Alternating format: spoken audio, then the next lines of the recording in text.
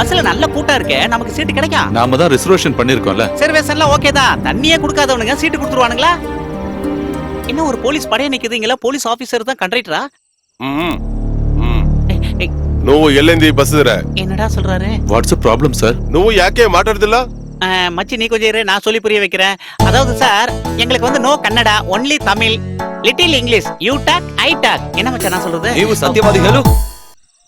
ನೀವು ಪಾಕಿಸ್ತಾನಿ ಉಗ್ರವಾದಿ ಏನು? சார் நாங்க தீவிரவாதிகள் இல்ல, நாங்க இந்தியன் நேஷனல்ஸ். சார் நாங்க வந்து காங்கிரஸ், கம்யூனிஸ்ட், பிஜேபி, நாங்க டீசென்ட் பார்ட்டி சார். சார் நான் ಏನು ಬ್ಯಾಗ್ಲಿ ಏನಿದೆ? சார் அது வந்து அது வந்து சார் நாங்க என்னன்னா நாங்க ஷூட்டிங் பார்ட்டி சார்.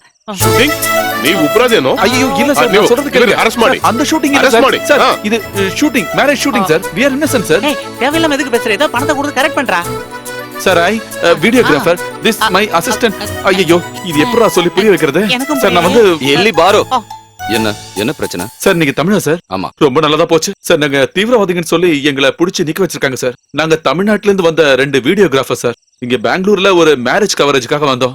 இந்த பேக் ஃபுல்லா வீடியோ எக்யூப்மெண்ட்ஸ் தான். அது இவங்களுக்கு கொஞ்சம் சொல்லி புரிய வைங்க சார். ನೀವು ಹಣಿಗುಂಡು ದುರ್ಗೆ, ಇವರು ಉಗ್ರವಾದಿ ಅಲ್ಲ. ಇವರು ತಮಿಳುನಾಟ್ಲೆ ಬಂದೆ ವಿಡಿಯೋಗ್ರಾಫರ್.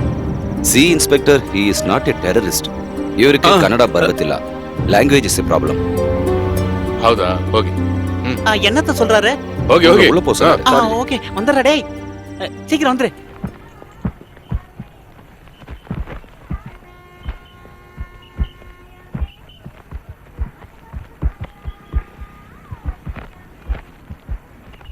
இந்த நன்றியை மறக்கவே மாட்டேன் சார். நீங்க மட்டும் வராம இருந்திருந்தா கண்டிப்பா பெரிய பிரச்சனையா இருக்கும் சார். ஆமா ஆமா சார். பாம்பேல தீவிரவாதிகளோட அட்டாக் அப்புறம் எல்லா இடத்துலயும் செக்கிங் ரொம்ப அதிகமாயிடுச்சு.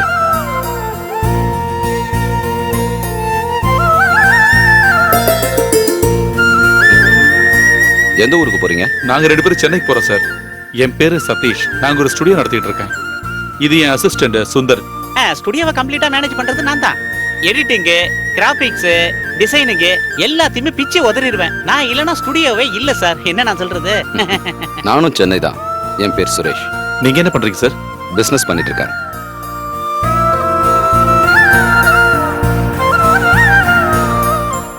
இல்ல ஃப்ளைட் மிஸ் ஆயிடுச்சு. நான் பஸ்ல வந்துட்டு இருக்கேன்.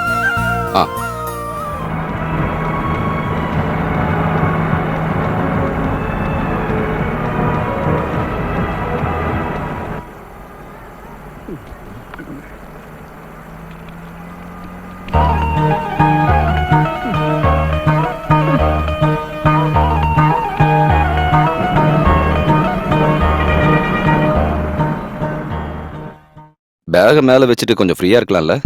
வேண்டாம் சார், இதுல கேமரா இருக்கு. இதுதான் என்னோட உயிர். இது மேல இருந்து கீழே ஏதாவது விழுந்துருச்சுன்னா புதுசு வாங்குறது பணம் இல்ல. பொருளாதார நெருக்கடியால அதிகமா பிரச்சனை அனுபவிக்கிறது எங்களை மாதிரி ஆளுங்க தான். 2 கல்யாணம் 2 வளகாப்பு கிடைச்சா பிரச்சனை தீந்துரும்ல? இல்ல சார், பழைய மாதிரி வேலை இல்ல.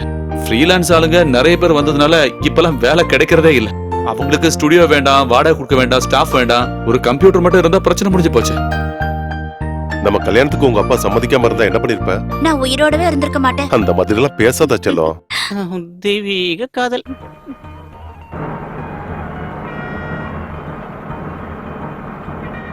மும்தாஜ் செத்ததுக்கு அப்புறம் ஷாஜஹான் அவளோட ஞாபகமா தாஜ்மஹால் கட்டினாரு. நான் இறந்து போயிட்டா நீங்க என்ன பண்ணுவீங்க? நீ இறந்து போயிட்டா நானும் உன் கூட செத்து போயிருவேன். முட்டா பையன். நானா இருந்தா அவ தங்கச்சி கூட சந்தோஷமா வாழ்வேன்.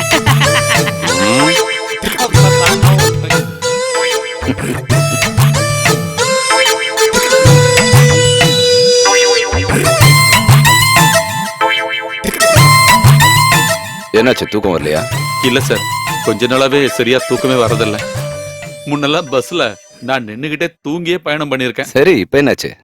என்னன்னு சொல்றது, ஒவ்வொரு பிரச்சனை, மனசுக்கு சுத்தமா நிம்மதியே இல்ல. 1-2 பிசினஸ் பண்ணி நிறைய பணம் போச்சு. சொந்தமான ஒரு வீடை கட்டினேன், ஆனா குடியேறதா முடியல. அந்த வீட்டு டாக்குமெண்ட்டை வச்சு ஒரு பினான்ஸ் கம்பெனில இருந்து பணத்தை வாங்கி தான் புதுசா பிசினஸ் ஆரம்பிச்சேன். என்னமோ நான் கையை வச்சா எதுவும் விளங்குறதில்ல. அதெல்லாம் பெரிய கதை சார்.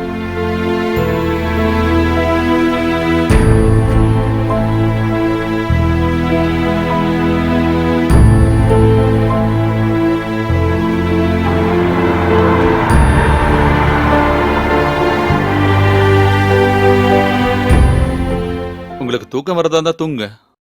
ராத்திரி பயணத்துல நானும் தூங்குறது இல்ல. இந்த டிரைவர் தூங்கிட்டாருன்னு வைங்க, இல்ல நான் தூங்குறதுனாலே ஒண்ணும் ஆக போறது இல்ல. சொல்ல போனா நம்ம 2 பேருமே இன்னைக்கு தூங்க போறது இல்ல. சரி, நம்ம 2 பேரும் தூங்காம முழிச்சிட்டு இருக்கிறதுனால ஏதாவது பேசிட்டு இருக்கலாமே. கண்டிப்பா சார். நீங்க தப்பா நினைக்கலனா உங்க பிரச்சனை என்னன்னு என்கிட்ட சொல்லுங்க. பிரச்சனைகளை மத்தவங்க கிட்ட சொல்லும்போது மனசுக்கு ஒரு நிம்மதி கிடைக்கும். சொல்றேன் சார், நான் எல்லாமே சொல்றேன். ஒரு வீடியோகிராஃபரா இருந்த எனக்கு மனசுக்குள்ள நிறைய கனவுகள் இருந்தது. Cut cut cut cut. புது பொண்ணோட ஸ்மைல் சரியா வரல, இன்னொரு தடவை ட்ரை பண்ணலாம். சுந்தர், என்ன அந்த ஸ்மைல் எப்படின்னு சொல்லி கொடு. எந்த மாதிரி ஸ்மைல் வேணும்னு சொல்லு. டேய், கல்யாணத்துக்கு அடுத்த நாள் புது பொண்ணோட முகத்துல வர அருமையான அந்த புன்சிரிப்பு, அத கொஞ்சம் சொல்லி கொடு. ஓ, அந்த ஸ்மைல் தான் வேணுமா? இதோ இப்ப சொல்லி கொடுத்துறேன். ஓகேவா? டேய் சுந்தர், நீங்க வா. என்ன என்னாச்சு? டேய், இதுவோட புன்சிரிப்பு. இது முதல்ல பவர் ஸ்டார் நடிச்ச படத்துல அவர் சிரிக்கிற மாதிரியே இருக்கு. ஆஹா. நீ கொஞ்சம் காட்டு. ஐயோ அம்மாடி, கொஞ்சம் இயல்பா சிரிச்சு காட்டேன். அவ்வளவுதான். ஓகே, இதத்தான் நானும் சொன்னேன், மறந்துட்டாங்க. சுந்தர், என்ன? அவங்களுக்கு அந்த ப்ரொஃபைல் ஷாட் கொஞ்சம் காட்டி கொடு. இந்த ப்ரொஃபைல அப்படி இப்படி திருப்பி கொஞ்சம் இப்படி டவுன் டேய், பண்ணி. வேண்டாம், அவ்வளவு வேண்டாம். ஃபேஸ்ல இருக்க மேக்கப் எல்லாம் போயிடும்டா. உடம்புல தொடாம காட்டினா போதும். கொஞ்சம் சொல்லி கொடுக்குறியா? இப்படி தானே சொன்னேன், கரெக்டா? Okay, ready. ஃபைன். நான் சொன்னது அப்படியே செஞ்சுட்டாங்க. ஓகே, ஒரு கல்யாண ஆல்பத்துக்காக நான் ஏன் இந்த மாதிரிலாம் பண்றேன்னு நீங்க யோசிக்கலாம். நான் செய்யற வேலையில பெர்ஃபெக்ஷன், குவாலிட்டி இருக்கணும்.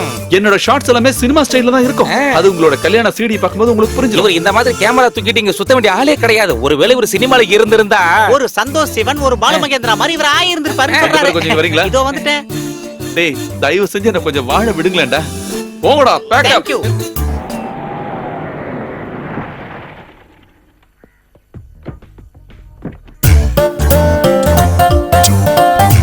ஏ குமாரு, அந்த மணில ஒரு பஞ்ச கூடு.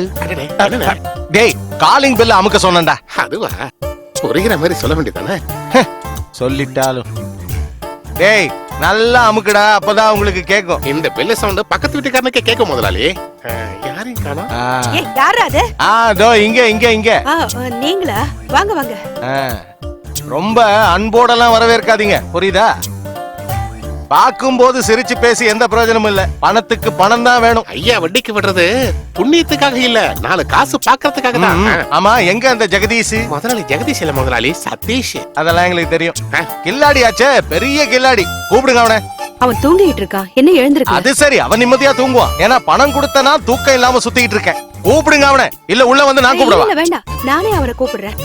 யாருமா? அட, முதலாளியா?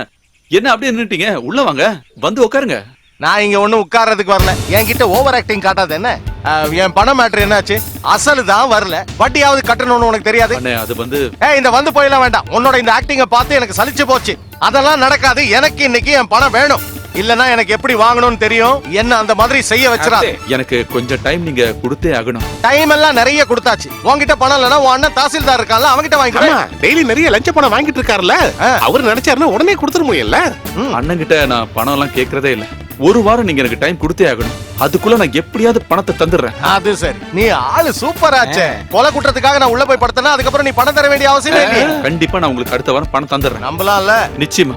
ஒரு வாரத்துக்குள்ள என் பணத்தை தரலன்னு வை, உங்க அம்மா பேர்ல வச்சிருக்கேன் அந்த பத்மா ஸ்டுடியோ, அதை எங்க அம்மா பேருக்கு மாத்திக்குவேன். எலிசபெத் ஸ்டுடியோன்னு மாத்திருவேன். எலிசபெத்ங்கிறது மகாராணியோட பேராச்சே முதலாளி. இருந்துட்டு போது, என்ன பொறுத்த வரைக்கும் எங்க அம்மாவும் மகாராணி தான். எங்க அம்மாவோட பல சொந்தக்காரங்க மகாராணிங்க தான். அந்த விஷயம் உனக்கு தெரியுமா?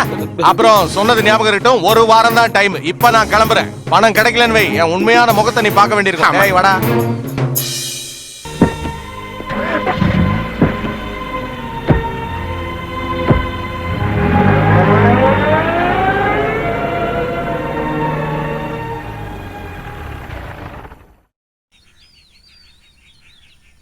சசியாரு, சசி என்ன?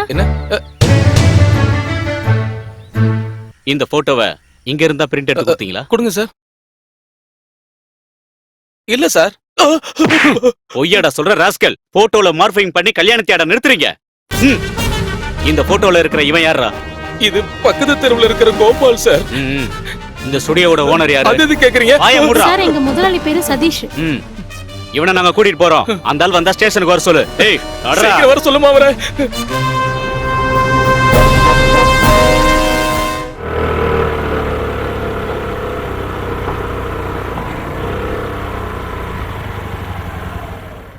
பிரசாத்,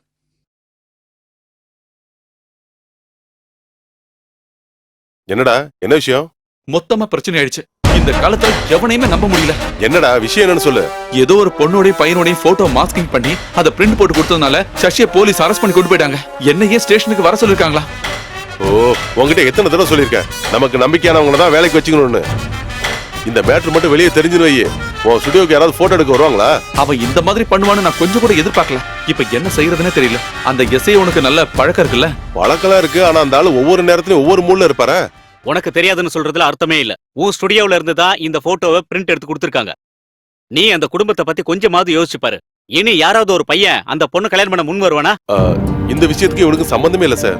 யாருக்குமே தெரியாம ஸ்டுடியோல வச்சு சசி தான் அந்த பிரிண்ட போட்டு கொடுத்திருக்கான் சார். யாரு போட்டு கொடுத்தாலும் பிரச்சனை இல்ல. ஸ்டுடியோ ஓனருங்கிற முறையில இந்த ஆளுக்கு அதுல பங்கு இருக்கு. இது கிரிமினல் அஃபென்ஸ் தெரியல. இப்படி எல்லாம் நடந்ததுல இவனுக்கும் ரொம்ப வருத்தம் இருக்கு சார். நான் விசாரிச்சு பார்த்ததுல எனக்கு பழக்கமானவரோட பொண்ணுதான் சார் அது. நாங்க இன்னைக்கே போய் அவரை பாக்குறோம். உனக்கும் இதுக்கும் எந்த சம்பந்தமும் இல்லைன்னு இவர் சொன்னதுனாலதான் உன்னை விடுறேன். ஆனா இந்த திமிர் பிடிச்சவன் இருக்கானே, இவனை நான் விடவே மாட்டேன். சார், இந்த ஒரு தடவை நீங்க இவங்க மேல கொஞ்சம் கருணை காட்டுங்க. ஒரு நிமிஷம், நீ மட்டும் போனா போதும். நான் இங்கே நிக்கிறேன். அப்புறம் எதுக்கு நீ வந்த? அதுக்கு இல்ல, நான் தான் ஸ்டுடியோ ஓனர்னு தெரிஞ்சா அவங்க ஒருவேளை. அவங்க அந்த மாதிரியான ஆள் கிடையாது. நான் தானே கூட்டிட்டு வந்தேன். வா. அட யாரு இது? வா வா வா வா, வந்து உட்காரு. உட்காருப்பா. என்னாச்சு திடீர்னு வந்திருக்க? நடந்த விஷயத்த கேள்விப்பட்டேன். உங்களை வந்து பார்க்கணும்னு தோணுச்சு, அதான் வந்தேன். ஏதேதோ நடந்து போச்சு. ஆமா, இவர் யாரு? இவன் சதீஷ், என் சிஷியன் தான். இவர் ஸ்டுடியோல இருந்த ஒருத்தன் தான் நம்ம ஸ்ரிஜாவோட கல்யாணத்தை தடுக்க போட்டோ எடுத்து கொடுத்தவன். பணம் சம்பாதிக்க இது ஒரு நல்ல வழிதானே. இதை விட வேற. உங்களோட நிலைமை எனக்கு நல்லா புரியுது. அதோட உண்மை நிலவரம் என்னன்னு சொல்லிட்டு போக தான் நாங்க வந்தோம். இதுக்கு காரணம் இவன் இல்ல. இந்த விஷயத்துல இவன் நிரபராதி. ஆமாங்க, நான் ஊர்ல இல்லாத நேரம் பார்த்து உங்க பொண்ணோட லவ்வர்னு சொல்லி எவனோ ஒருத்தன் வந்து என் அசிஸ்டன்ட்டுக்கு பணத்தை கொடுத்து இந்த மாதிரி செய்ய வச்சுட்டான். இப்படி எல்லாம் நடந்ததுக்காக மன்னிப்பு கேட்க தான் நாங்க இங்க வந்தோம். இனிமே மன்னிப்பு கேட்டு என்ன பிரயோஜனம் இருக்கு? என் பொண்ணு வாழ்க்கையே போயிடுச்சு, அதை திருப்பி தர முடியுமா?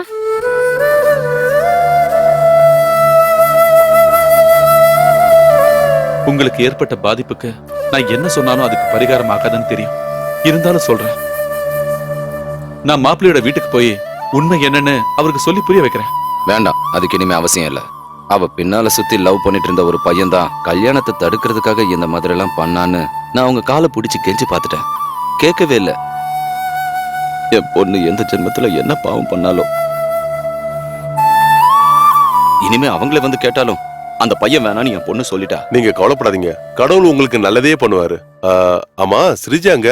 அவ கம்ப்யூட்டர் கிளாஸ் போயிருக்கா. அப்ப நாங்க வரேன். கிளம்புறோம்.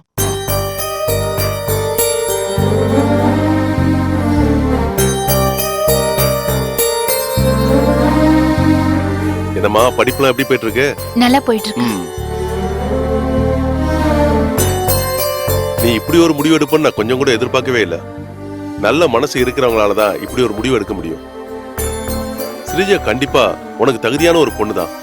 உனக்கு மனைவி ஆகிறதுக்காக தான் அவ கல்யாணம் நின்னு போயிருக்குன்னு நினைக்கிறேன். அந்த பொண்ணை நான் கல்யாணம் பண்ண முடிவெடுத்தது அந்த கல்யாணம் நின்னு போனதுனால இல்ல. அது மட்டும் இல்லாம எனக்கு மட்டும் பிடிச்சா போதாதுல்ல, அந்த பொண்ணுக்கும் அவங்க வீட்டுல இருக்கவங்களுக்கும் பிடிக்கணுமே. உனக்கு இது விருப்பம்னா அவங்களுக்கு எந்த பிரச்சனையும் இருக்கிற மாதிரி தோணல. அப்புறம் இந்த விஷயத்த பத்தி பொண்ணோட அப்பா கிட்ட நான் சொல்லிட்டேன். நீ இன்னைக்கே போய் உங்க அம்மா கிட்டயும் அண்ணங்கிட்டயும் விஷயத்த சொல்லிடு. அவங்களோட முடிவும் என்னன்னு தெரியணும்ல. நீ அந்த பொண்ணை கல்யாணம் பண்ணிக்கிறதுல எனக்கு சந்தோஷம் தான். அந்த பொண்ணோட அப்பா பரமேஸ்வரன் எனக்கு நல்லா தெரியும்.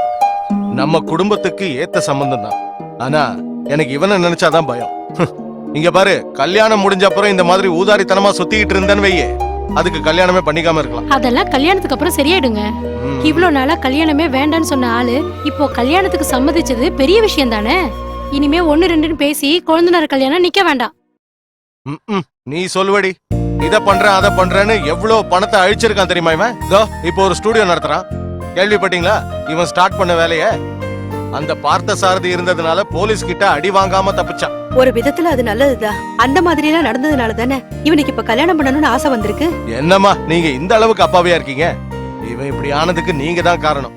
கல்யாணம் முடிஞ்சதுன்னா எல்லாத்துக்கும் ஒரு மாற்றம் வரும். அப்படிதானடா? ஆமா, அண்ணன் மட்டும் எப்படி இருந்தாரு? அண்ணிய கல்யாணம் பண்ணதுக்கு அப்புறம் தானே மொத்தத்துல அவருக்குள்ளே ஒரு மாற்றம் வந்தது. ஐயே, சீ, பா.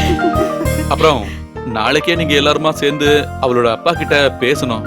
பார்த்தாவும் உங்க கூட வருவான். இவர் அர்ஜென்ட் படுறத பார்த்தா நாளைக்கு அந்த பொண்ணை கூட்டிட்டு வந்துருவாருன்னு நினைக்கிறேன். எனக்கு என்னமோ அந்த பொண்ணோட கல்யாணத்தை நிறுத்தினது இவரதான் இருக்கும்னு சந்தேகமா இருக்கு. பாத்தீங்களாமா?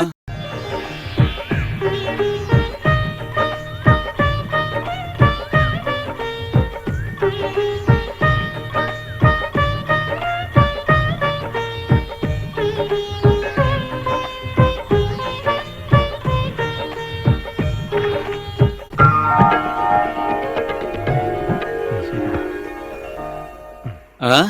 ஆ, இத எங்க வைக்கிறது? வேண்டாம், இங்க இருக்கட்டும். இந்த கேமரா வேண்டாம், இங்க வச்சலாமா? எங்க வைக்கிறது?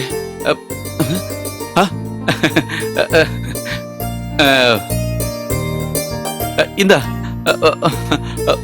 இல்ல கொடு. தேங்க்ஸ்.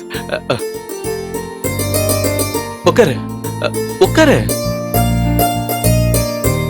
ஒரு நிமிஷம்.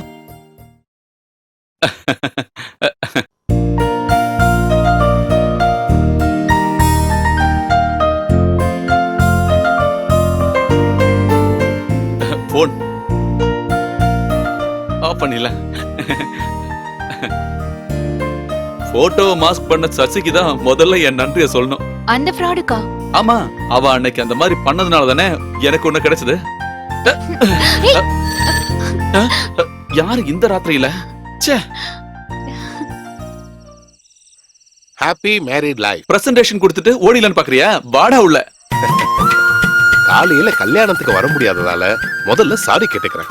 என்ன மாதிரி ப்ரொடக்ஷன் மேனேஜர்ஸ்க்கு சொந்த வேலைகளை பாக்குறதுக்கு ப்ரொடியூசர்ஸ் நேரம் தரதே இல்ல. அதுதான் பிரச்சனையே. இந்த இப்படி என்னோட கடமையை நான் செஞ்சுட்டேன். கல்யாணத்துக்கு வரதுக்காக நான் எவ்வளவோ முயற்சி பண்ணி பார்த்தேன். பாண்டிச்சேரி தான் லொகேஷன். பத்தா குறைக்கு அஜித் சார் தான் ஹீரோவே. அதுக்கப்புறம் அங்கிருந்து நகர முடியுமா? யோசிச்சு பாரு. சரி, நான் உடனே கிளம்பிடுறேன்ப்பா. உன்னோட சிவ பூஜையில நான் கரடியை நுழையறதுக்கு விரும்பல. உன் பொண்டாட்டியை கூப்பிடு. ஸ்ரீஜா, நீ உட்கார்ற. ஸ்ரீஜா, என்னடா இது பெரும் தொல்லையா இருக்கு. முடியாது, போக முடியாது, விட மாட்டேன். அட்வான்ஸ் காசு ₹1 கூட குறையாம வாங்கினல. இப்ப மகேஷ் பாபு கூட நடிக்க போறேன்னு சொன்னா அது முடியாது. No no no no, nothing doing. யாரு? தனிஷ்கா. தனிஷ்காவா? அது யாரு? தெலுங்குல ஒரு புது நடிகை தனிஷ்கா. அவளோட எந்த ஆட்டமும் என்கிட்ட பழிக்காதுல்ல. இந்த இண்டஸ்ட்ரியில நான் சொல்றதா நடக்கும்.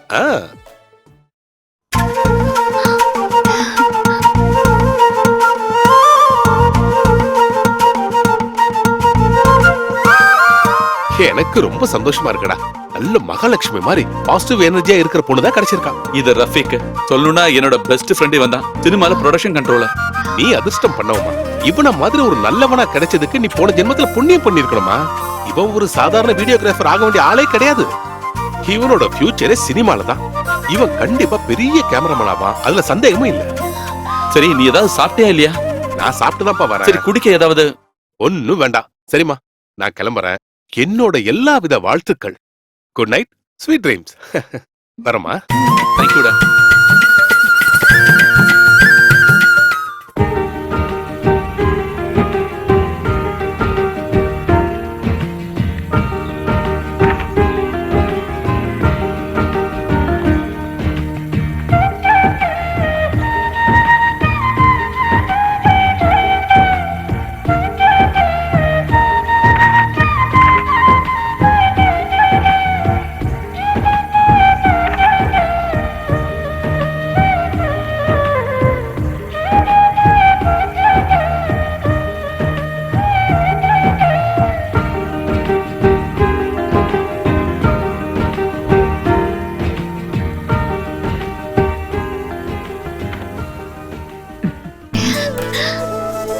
சாப்பாட்டுக்கு அது வேணும் இது வேணும்னு அவ எப்பவும் அடம்பிடிக்க மாட்டான். கருணக்கிழங்கு பொரியலும் ரசமும் இருந்தா போதும், அவனுக்கு அதுவே தாராளம்.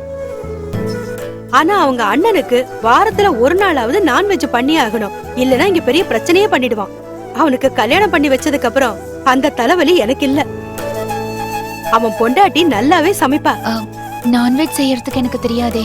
பொம்பளை பசங்க எல்லாமே கத்துக்கணும். நான் கல்யாணம் முடிச்சு இந்த வீட்டுக்கு வரும்போது என்னோட மாமியார் இந்த வீட்ல இருந்தாங்க. அவங்க என்கிட்ட சொன்ன விஷயம் என்ன தெரியுமா? கல்யாணம் முடிஞ்சு ஒரு வீட்டுக்கு வர பொண்ணு தெரிஞ்சுக்க வேண்டிய விஷயம் புருஷனுக்கு என்னென்ன பிடிக்குங்கிறதுதான். வாய்க்கு ருசியா புருஷனுக்கு பிடிச்சத செஞ்சு பரிமாறினா குடும்பத்துல பல பிரச்சனைகள் வராதுன்னு அவங்க சொல்லுவாங்க. இவங்களோட அப்பா சாகுற வரைக்கும் நான் அந்த மாதிரி தான் செஞ்சேன். நீயும் அதை எப்பவும் ஞாபகத்துல வச்சுக்கோ. சதீஷ் ரொம்ப பாவம். யார் என்ன சொன்னாலும் அதை அப்படியே நம்புவான். தேவையில்லாம எல்லா பிரச்சனைகளையும் போய் அவனே மாட்டிப்பான். இதனாலேயே இவங்க 2 பேருக்குள்ள அடிக்கடி சண்டை வரும். இவங்க 2 பேர்கிட்டயும் நான் தான் அவஸ்தைப்பட்டுட்டு இருக்கேன். மூத்தவனுக்கு கல்யாணம் முடிஞ்சு 10 வருஷம் ஆச்சு. அவனுக்கு இன்னும் குழந்தைகளே இல்ல. அந்த துக்கத்தை அவன் மனசுல அடக்கி வச்சிருக்கான். எப்பவுமே அதை வெளியில காட்ட மாட்டான். போய் யாருன்னு பாத்துட்டு வா. அம்மா எங்க? உள்ள இருக்காங்க. நீ வா. ஒரு சந்தோஷமான செய்தி இருக்கு. என்ன கேமராமேன் ரஃபீக்கோட அசிஸ்டன்ட் ஆக்குறேன்னு ரஃபீக் ஃபோன் பண்ணிருந்தான். இன்னைக்கு ராத்திரியே கோயம்புத்தூர் போணுமா. என் நேரம் தெளிஞ்சுச்சுன்னு நினைக்கிறேன். அப்போ இன்னைக்கே திரும்பி வர மாட்டீங்களா? இன்னைக்கு கண்டிப்பா திரும்பி வரவே முடியாது. நான் அங்க போனோன்னு ஃபோன் பண்ணிடுறேன். அப்புறம் இந்த விஷயம் இப்ப அம்மாவுக்கு தெரிய வேண்டாம். ஏன்? சினிமா வேலைக்கு தான் நான் போறேன்னு தெரிஞ்சா நான் ஸ்டுடியோ பார்க்காம ஊரை சுத்திட்டு இருக்கேன்னு அம்மா சண்டை போடுவாங்க. ஐயோ, பொய் சொல்லி போறீங்கன்னு தெரிஞ்சா அத்தை என்ன பத்தி என்ன நினைப்பாங்க? அதெல்லாம் பரவாயில்ல. அம்மாவோட மனசு வருத்தப்படாம இருக்கிறதுக்காக ஒரு சின்ன பொய். நீ வா, பேக் பண்ணலாம்.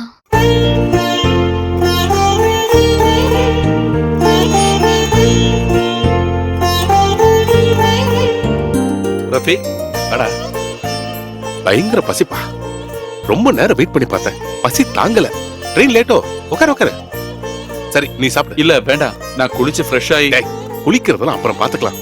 டைரக்டரோட ரூம்ல கேமராமேனும் ரைட்டர் டிஸ்கஷன்ல இருக்காங்க. நாம அங்க போய் அவங்கள பார்க்கணும்ல. சீக்கிரம் சாப்பிடு. இங்க பாரு, லட்டு மாதிரி சிக்கன் ஃப்ரை, சிக்கன் கறி, மட்டன் கைமா, சப்பாத்தி, சாலடு. ஒரு ரவுண்ட் ஊத்த வேண்டாம், நான் சாப்பிட மாட்டேன். சாப்பிடக்கூடாது. மது நாட்டுக்கும் வீட்டுக்கும் கேடுன்னு பாட்டிலே எழுதி வச்சிருக்காங்க. அது தெரிஞ்சு முட்டை பசங்க குடிக்கிறாங்க.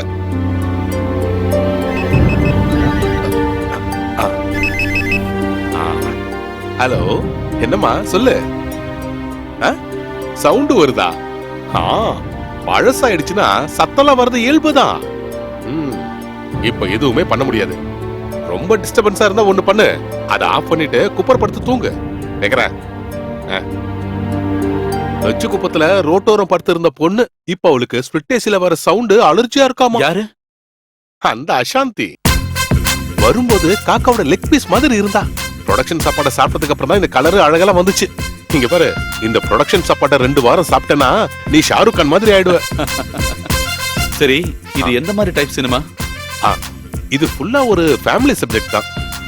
டைவர்ஸ் ஆன புருஷன் பொண்டாட்டிக்கு நடுவுல நடக்கிற ஒரு பயங்கரமான பிரச்சனையை மையமா வச்சு ஒரு super black Bastar cinema. Super hit தான். சூப்பர் ஹிட் எல்லாம் ரிலீஸுக்கு அப்புறம் தானே சொல்ல முடியும். இதோட கதை தான் என்ன?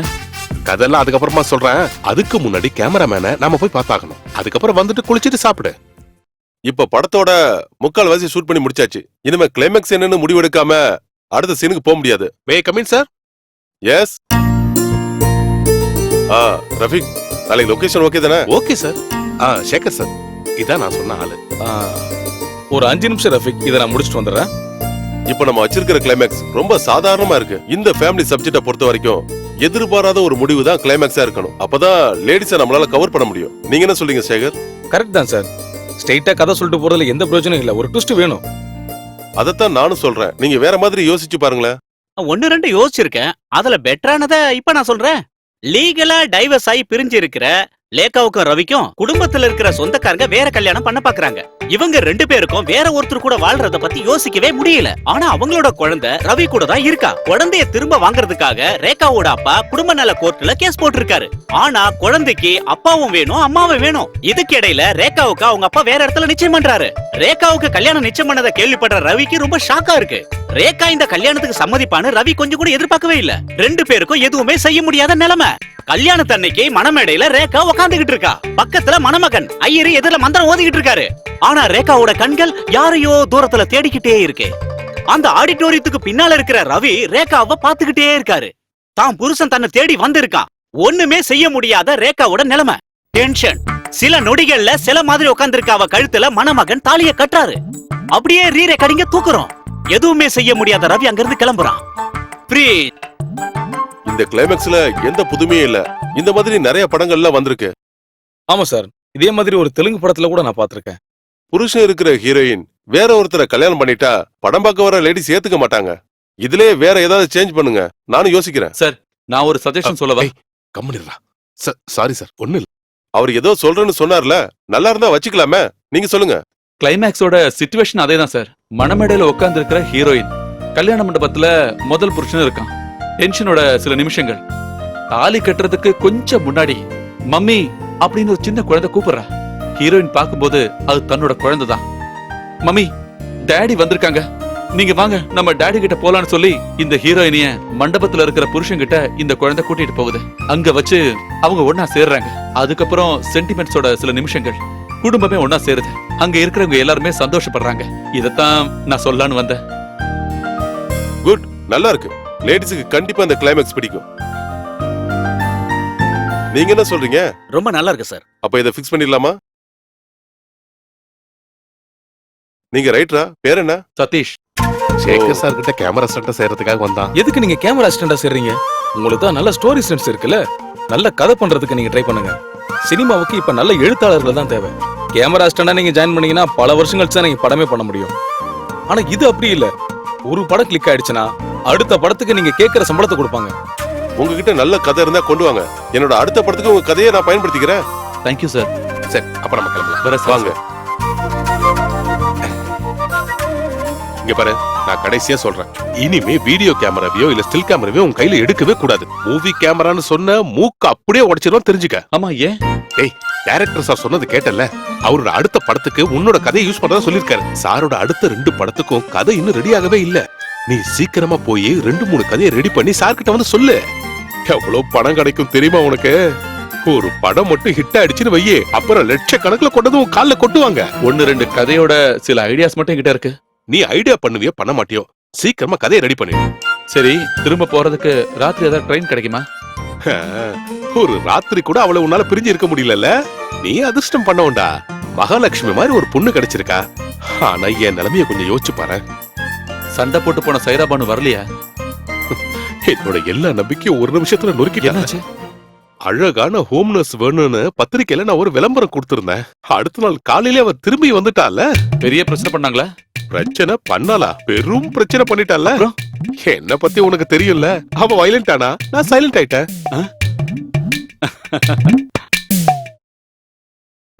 உன் முதலாளி இல்லையா? எங்க போயிட்டா? இல்ல, அவர் வேலை விஷயமா மதுரைக்கு போயிருக்காரு. மதுரைக்கு போயிருக்கானா? பெரிய மதுரை வீரன். யாரை ஏமாத்துற? மதுரைக்கு பக்கத்துல தான் பழனி இருக்கு. அங்க போய் மொட்டை அடிச்சுக்கிட்டு தலையில சந்தனத்தை பூசிக்கிட்டு பர்மனண்டா அங்கேயே இருக்க சொல்ல அவனை.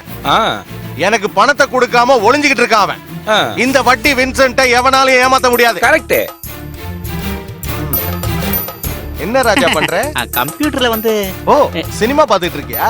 இது யாரு? புது நடிகை? ஐயோ, இது சினிமா நடிகை இல்லனே, இது மணப்பெண்ணே. இவள நான் போட்டோஷாப்ல ஏத்திக்கிட்டு இருந்தேனே.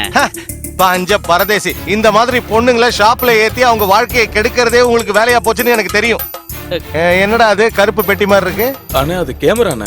எவ்வளவு வேலை இருக்கு? இது வந்து டிஜிட்டல்னா 1.5 லட்சம் மேல இருக்கும். அப்படியே தூக்கு. ஐயோ அண்ணா, அதை கொண்டு போயிடாதீங்க. அப்புறம் போட்டோ எடுக்க வேற கேமரா இல்ல. வேண்டாம், கேமரா இல்லாம போட்டோ எடுத்தா போதும். என்ன முதலாளி? அது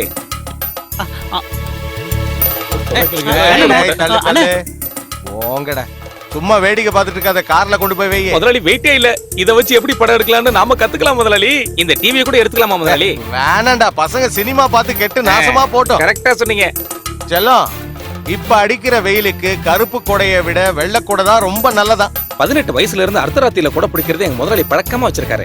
ஆனா இப்பதான் முதல் முறையா கொடையோட நேரத்தை மாத்தி இருக்காரு. எங்க முதலாளி பத்தி உங்களுக்கு ஒண்ணுமே தெரியாது. என்ன முதலாளி சொல்லட்டுமா? அத கார்ல கொண்டு போய் வை. ஏய், தல தல தல தல. சரி, நான் வரட்டுமா?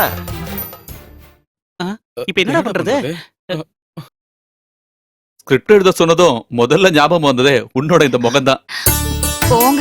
சத்தியமா சொல்றேன், என்னோட இந்த அதிர்ஷ்டத்துக்கு எல்லாமே காரணம் இந்த மகாலட்சுமி தானே. எனக்கு சினிமா ரொம்ப பிடிக்கும். எங்க வீட்ல மாசத்துக்கு ஒரு படமாவது பாத்துருவோம்.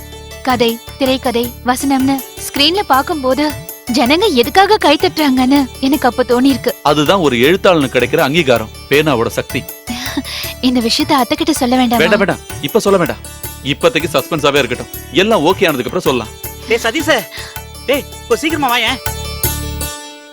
பெரிய பிரச்சனை ஆயிடுச்சு. என்னாச்சு? அந்த வின்சென்ட் வந்து கேமராவெல்லாம் தூக்கிட்டு போயிட்டான். நீங்க தடுக்க வேண்டியதானே?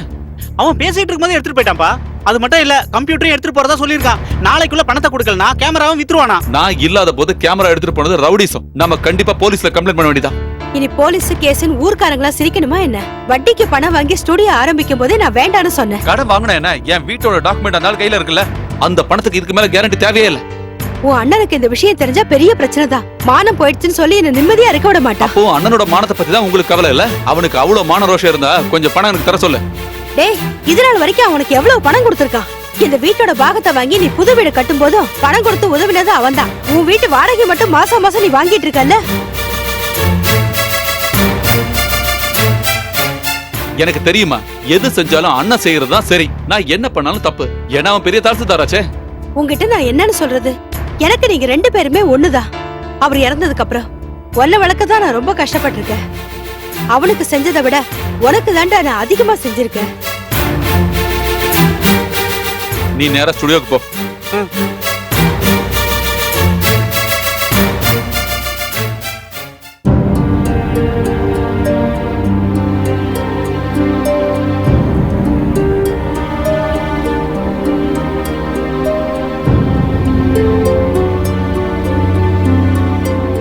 எதுக்கு பாத்துக்கிட்ட அந்த மாதிரிலாம் பேசுனீங்க? என் முன்னாடி அந்த மாதிரிலாம் பேசும்போது அவங்க ரொம்ப வருத்தப்படுவாங்கல்ல.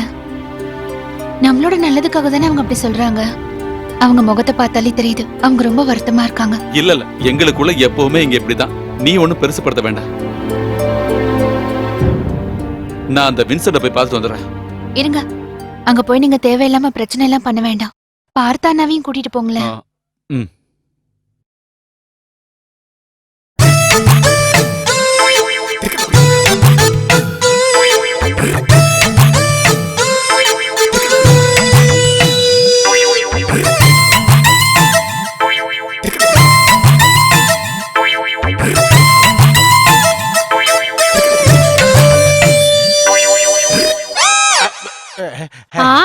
இதான் உங்க வேலையா? யோகாசனம்னு சொல்லி இங்க வந்து உட்காந்துட்டு பக்கத்து வீட்டு பொம்பளைய பாத்துட்டு இருக்கீங்களா? இவ்வளவு வயசாகி போயிடுச்சு, இதெல்லாம் நிறுத்த கூடாதா? அடியே, யோகாசனம் பண்ணும்போது எதையாவது பாத்துக்கிட்டே பண்ணணும்னு யோகாச்சாரியார்கள் சொல்லிருக்காங்க. அவங்க எது வேணாலும் சொல்லுவாங்க. ஆனா பக்கத்து வீட்டுக்காரி புருஷன் கராத்தே மாஸ்டர்ன்றத மறந்துடாதீங்க. இங்க பாருங்க, உங்களை பார்க்க 2 பேர் வந்திருக்காங்க. லேடிஸ் இல்லல்ல? இல்ல. அப்போ வொர்க் அவுட் ஆச்சு அதுக்குள்ள. வாங்க.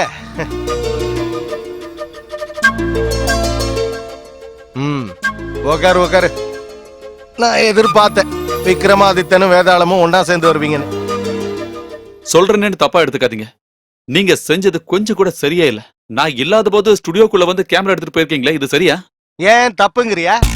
தப்புதான் தம்பி, ஏன் தப்புதான். பணத்தை எண்ணி கொடுத்தேன்ல, பணத்தை வாங்க வரும்போது அந்த பழனி முருகனை பார்க்க வர மாதிரியே இங்க வரீங்க. என்ன ஒரு பக்தி, என்ன ஒரு மரியாதை. உன்னோட எந்த பொருளை வேணா எப்ப வேணா எடுத்துக்கலாம்னு எனக்கு கையெழுத்து போட்டு கொடுத்துருக்கல. அப்புறம் என்னடா பெருசா பேசிட்டு இருக்க? இது வெறும் ட்ரெய்லர் மட்டும்தான். பாக்கி பணத்துக்காக ஒரு லாரிய வாடகைக்கு எடுத்துக்கிட்டு உன் வீட்டுக்கே வந்துருவேன். எதுக்கு நான் இப்படி தேவையில்லாம பேசிட்டு இருக்கீங்க? உங்களுக்கு தர வேண்டிய பணத்துக்காக என் வீட்டு டாக்குமெண்ட் நான் உங்ககிட்ட தானே கொடுத்துருக்கேன். டாக்குமெண்ட்டை வச்சுக்கிட்டு என்ன பண்றது? நாக்கு வழிக்கவா? உன் டாக்குமெண்ட்டை வச்சு கோர்ட்டு கேஸ்னு அலையறதுக்கு என்னால முடியாது.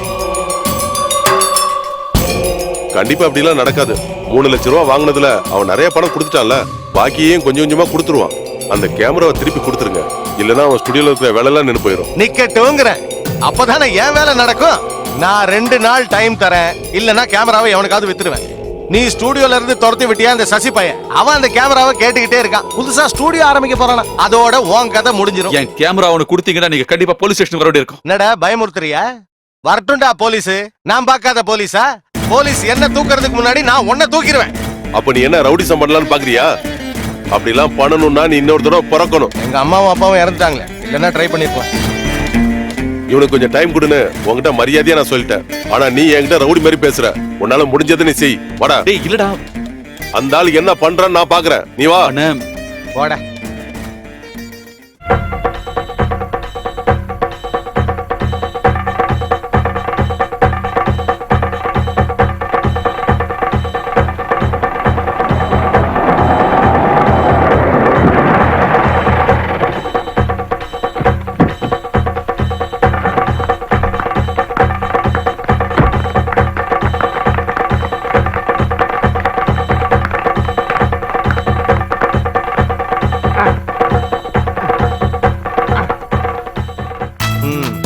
எதுக்குடா இவ்ளோ பெரிய கத்திரி?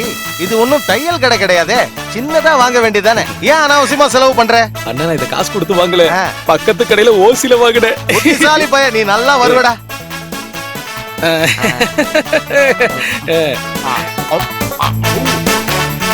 என்னடா ஸ்மெல் ஒரு மாதிரி இருக்கு? டேய் இந்த கொடை ஸ்டுடியோல யூஸ் பண்றதுடா, கொடுத்துடுறா. ஆ, இந்த கொடைய நான் சதீஷோட கடையில இருந்து தான் எடுத்தேன். ஆமா. இந்த வெள்ளை கொடைய வச்சுக்கிட்டு நடக்க ஆரம்பிச்சதுல இருந்து நான் வெள்ளையாயிட்டேன்னு என் பொண்டாட்டி சொல்றா. முதலாளி அம்மா பொண்டாட்டி கூட கிடையாது, என் பொண்டாட்டி சொல்றா. இந்த கொடை நீங்க பிடிக்க ஆரம்பிச்சது ரொம்ப வெள்ளையாயிட்டீங்களா? உன் பொண்டாட்டி சொன்னா அது கரெக்ட் தான். அண்ணே இவன் தான் என்னோட புது பார்ட்னர் சாரதி. சாரதி ஆ. சாரதி சசி, அதான் சாசா. பணம் ஏதாவது வேணும்னா கூச்சப்படாம கேளு. கண்டிப்பாண்ணே. நீ சதீஷோட ஸ்டுடியோல இருந்து வந்துட்டியா? கம்மி சார். அதனாலதான் இவன் இங்க கூட்டிட்டு வந்துட்டேன். அப்ப இங்கேயும் வேலை கம்மி ஆயிடும். அண்ணே ஒரு நல்ல நாள் அதுமா அவசகுணமா பேசாதீங்கண்ணே.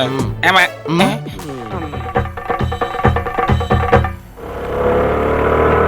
ஏய் நீங்க தான் இருக்கியா? மனுஷனா பிறந்தா கொஞ்சமாவது நன்றி வேணும்டா. இவ்வளவு காலமா ஃப்ரெண்ட்ஸா இருந்துட்டு அவங்கிட்ட ஒரு வார்த்தை கூட சொல்லாம வந்துட்டியேடா. இந்த பரதேசி ஸ்டுடியோல வந்து வேலை பார்க்கறதுக்கு உனக்கு கொஞ்சம் கூட வெக்கமா இல்ல? டேய் நான் நீ எதுவும் சொல்ல வேணாம்டா. உன்னோட ஒவ்வொரு தேவைகளையும் சொல்லி அவங்கிட்ட நீ எவ்வளவு பணம் வாங்கியிருக்க ஞாபகம் இருக்கா உனக்கு? உன் பொண்டாட்டி பிரசவத்துல பிரச்சனை வந்து ஐசியூல இருக்கும்போது அவனோட செயினை வித்து தானடா பில்ல கட்டினா. அந்த நன்றியாவது வேணா உனக்கு? இந்த பரதேசியால தானே நம்ம ஸ்டுடியோட பேரை நாசமாச்சு. இதெல்லாம் தெரிஞ்சு கூட நீ வேணாம், இனிமே நீங்க இருக்க வேணாம், வந்து வண்டியில இரு வா. நான் அவன்கிட்ட சொல்லிட்டு வந்துடுறேன். யாருகிட்ட சொல்ல போற? வேணாம், எவங்கிட்டே சொல்ல வேணாம். இங்க பாரு, சீக்கிரமா பணம் சம்பாதிக்கணும் ஏதாவது ஐடியா வச்சுக்கிட்டு நீ அவன் கூட இருந்தனா கொஞ்ச நாள் தான், அதுக்கப்புறம் அவன் வெளியில எல்லாம் இருக்க மாட்டான். கண்டிப்பா ஜெயில தான் இருப்பான். நீயும் கூட சேர்ந்து களி தின்னு.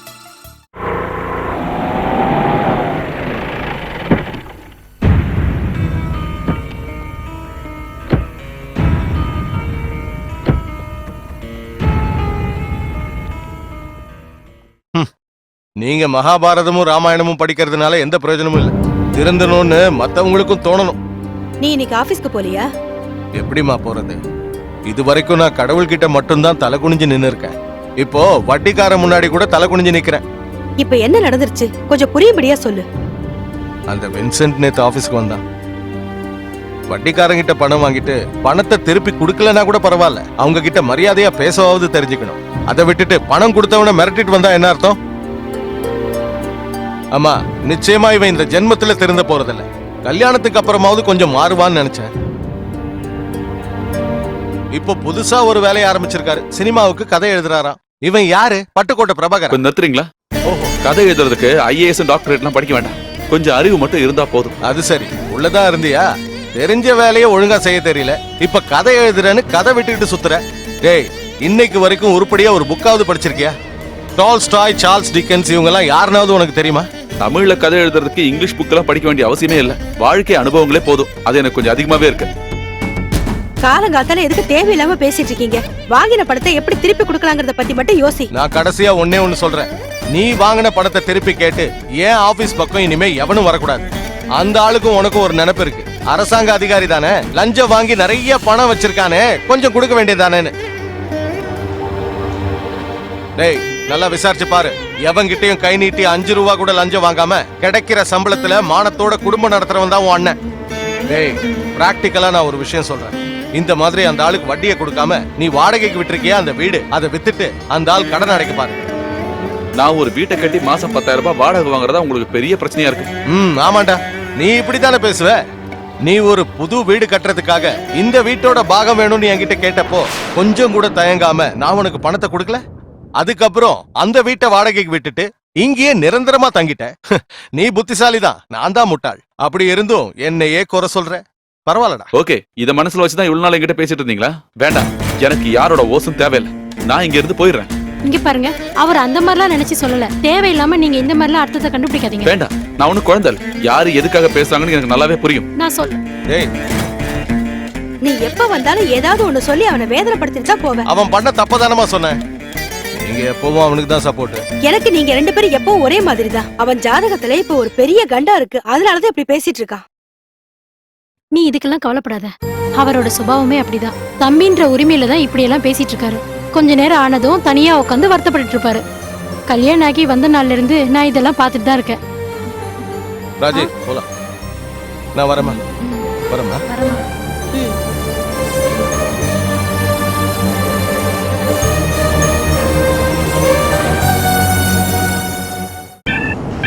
டேய் இந்த வாரம் ஸ்கூல் திறந்துருவாங்க.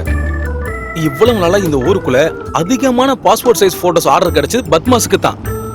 இந்த முறை ஸ்கூல் காலேஜ் எல்லாத்துலயும் ஏறி இறங்கி எல்லா ஆர்டரையும் நாம தான் வாங்கணும். நீ கவலைப்படாத மச்சி, ஸ்கூல் காலேஜ் எல்லாம் திறக்கட்டும், நான் ஃபுல் டைம் அது முன்னாடி தான் நிப்பேன். மேக்ஸிமம் டிஸ்கவுண்ட் கொடுத்து ஒர்க்கை பிடிச்சு அந்த பத்மாசம் மூடி ஆகணும். ஒரு ஸ்டுடியோ முன்னேறணும் அப்படின்னா ஸ்கூல் ஒர்க்கை பிடிச்சா மட்டும்தான் முடியும். அதை நீ மறந்துடாத. இனிமே பொம்பளை பிள்ளைங்க போட்டோவெல்லாம் மாஸ் பண்ற வேலையை வச்சுக்காத. அந்த மாதிரி ஏதாவது செஞ்சு மறுபடியும் அந்த இன்ஸ்பெக்டர்ட்ட மாட்டின. ஐயோ, நான் அன்னையோட அந்த வேலையில பாட்டிட்டப்பா.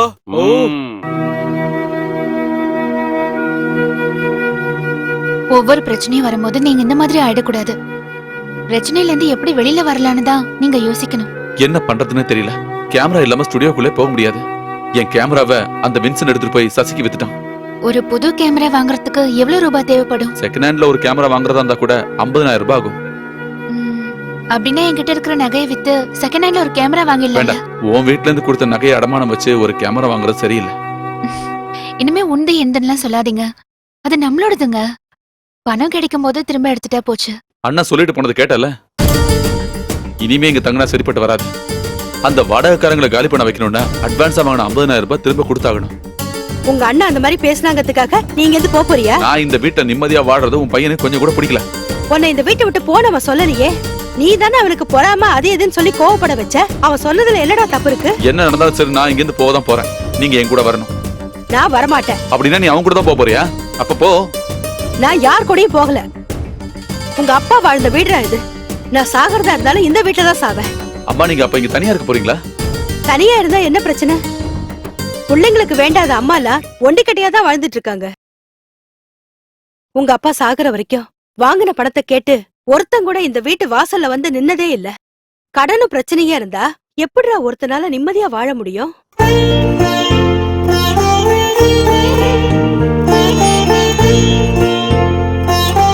உன் அண்ணன் சொல்ற மாதிரி அந்த வீடை வித்தாவது உன் கடனை கொடுத்து முடிச்சிரு. நல்ல காலம் வரும்போது வீடெல்லாம் தானா தேடி வரும். அத்தை சொல்றதாங்க சரி. ஒரு வீடு வேணும்னா திரும்ப கட்டலாமே. அது கண்டிப்பா கடவுள் நடத்துவாருங்க.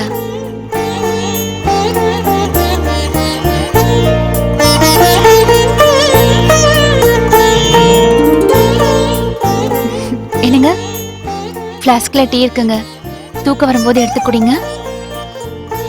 வேணும்னா நானும் இங்கே இருக்கேன். உனக்கு தூக்கம் வரலன்னா உட்காரு. ஏதாவது ஐடியா வந்தா எனக்கு சொல்லு. இன்டர்வல் சீன் ஆயிடுச்சு. சீன் 30. ராஜசேகரோட வீடு பகல்.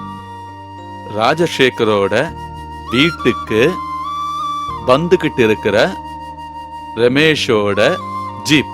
ரமேஷா நடிக்க போறது யாரு? ரமேஷா நடிக்க போறது யாருங்க? சகலகலா வல்லவன் முகேஷ்.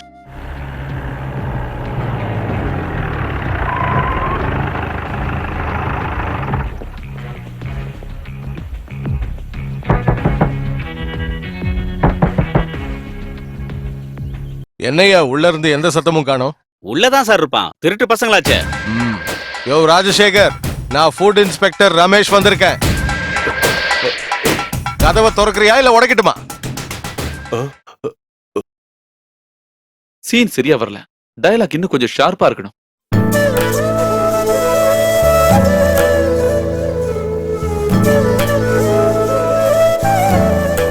கிடைச்சிருச்சு.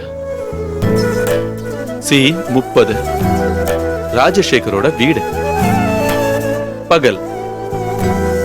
ராஜசேகரோட வீட்டுக்குள்ள வந்துகிட்டு இருக்கிற ரமேஷோட ஜீப். வணக்கம் முதலாளி. யார் நீங்க? ஐயோ, என்ன தெரியலையா? நான் தாங்க ரமேஷ். ஆமாங்க. பாட்டு கவிதை எல்லாம் எழுதுற ரமேஷ் தானே? கவிதை தான் இப்ப செத்துக்கிட்டே இருக்க. அது கவிதா இல்லையே, செத்தது சங்கீதா தானே? ஆமா, சங்கீதமும் இப்ப கொஞ்சம் கொஞ்சமா செத்துக்கிட்டு தானே இருக்கு.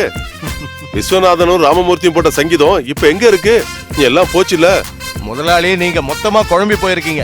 உங்களுக்கு எங்களை பத்தி சரியா தெரியலன்னு நினைக்கிறேன். நான் கவிஞர் ரமேஷ் இல்ல, சாதாரண ரமேஷ். இவங்க அப்பா பணக்காரரா இருந்தோம், இவனோட பேரு பிச்சை. ஆமா, பிச்சையா? பேரை கேட்டா எல்லாருக்கும் கொஞ்சம் கேவலமா தான் தோணும். இது சாதாரண பேர்ல, கடவுளோட பேரு. நாங்க SR மசாலா பவுடர் கம்பெனிக்காரங்க. ஓஹோ, எஸ்ஆர் மசாலா கேட்டிருக்கேன் நாங்க இப்ப பயன்படுத்துறது நாராயணா மசாலா தான். அத கொஞ்சம் மாத்தி எங்களோட இந்த அருமையான எஸ்ஆர் மசாலாவை பயன்படுத்தி பாருங்களேன். குவாண்டிட்டி கம்மி, குவாலிட்டி அதிகம். குழம்புல இருக்கிற மஞ்சள் கலர் மாதிரி சிகப்பு கலர் கிடைக்கும். இது என்னது மசாலாவோட சாம்பிளா? இல்ல, உங்க கடையில இருந்து வாங்கின பிரேக்ஃபாஸ்ட் தான். சாப்பிட நேரம் கிடைக்கல, அதனால பார்சல் வாங்கிட்டு வந்துட்டோம். அடடா, அது இப்ப ஆறி போயிருக்குமே. சூடா சாப்பிட்டா தானே அது டேஸ்டா இருக்கும். வாங்க உள்ள உட்கார்ந்து சாப்பிடலாம். அதெல்லாம் வேண்டாம் முதலாளி, நாங்க போகும்போது வண்டியில உட்கார்ந்து சாப்பிட்டுக்கிறோம். அது சரி, உங்க மசாலால என்ன மாயம் சேர்க்கறீங்க? ஐயோ, மாயம்லாம் எதுவுமே இல்ல, எங்களுது சுத்தமான மசாலா. ஆ, அதனாலதான் உங்க வியாபாரம் இன்னும் முன்னுக்கு வரல. படம் பண்றது தப்பு இல்லையா முதலாளி? என்னையா குற்றம்? மாயம் இல்லனா இந்த காலத்துல மனுஷனே இல்ல. மாயம் சேர்க்காம வியாபாரம் பண்ணனு வையே, உருப்படவே முடியாதியா. ஐயோ முதலாளி, அது பாவம், தப்பு இல்லையா? ஒரு பாவம் இல்லையா. நாம கொடுத்த சாப்பாடை சாப்பிட்டுட்டு எவனும் உடனே சாகாம இருந்தா போதும். அப்போ உங்க ஹோட்டல்லயே கலப்படம் பண்றீங்களா? மாயம் சேர்க்காம எப்படியா வியாபாரம் பண்ண முடியும்? முட்டா பயல. என் பேர் அது இல்ல முதலாளி, பிச்சை. ரெண்டு ஒண்ணுதாடா பிச்சை. உங்களை எனக்கு பிடிச்சு போனதாலையும் உங்க மேல அக்கறை இருக்கிறதாலையும் நான் இதை சொல்றேன். எல்லாம் ரகசியமா இருக்கணும். நான் வெஜிடேரியன்ல தான் லாபம் ரொம்ப அதிகம். கொஞ்சம் கூட வேஸ்ட் ஆகாது. இன்னைக்கு மட்டன் மீதி ஆச்சு, நாளைக்கு கட்லட் ஆக்கிடலாம். சாப்பிட்டான மாட்டுக்கறியை எடுத்து அதை ஆட்டுப்பாலோட சேர்த்து வேக வச்சா அது மட்டன் ஆயிரும். காக்கா கறியில நாட்டுக்கோழி முட்டைய உடைச்சு ஊத்தி வேக வச்சேன்னு வையி, அது சிக்கன் ஆயிடும்.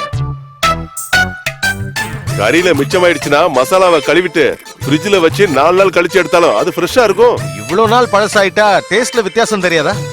அதுக்கு தானே அஜினோமோட்டோ சோடாமாவும் இருக்கு. ஐயோ முதலாளி, இதெல்லாம் சாப்பிட்டா குடல் புண்ணாயிடாதா? இதெல்லாம் சாப்பிடாம இருந்தாலும் கண்டிப்பா வியாதி வரும்.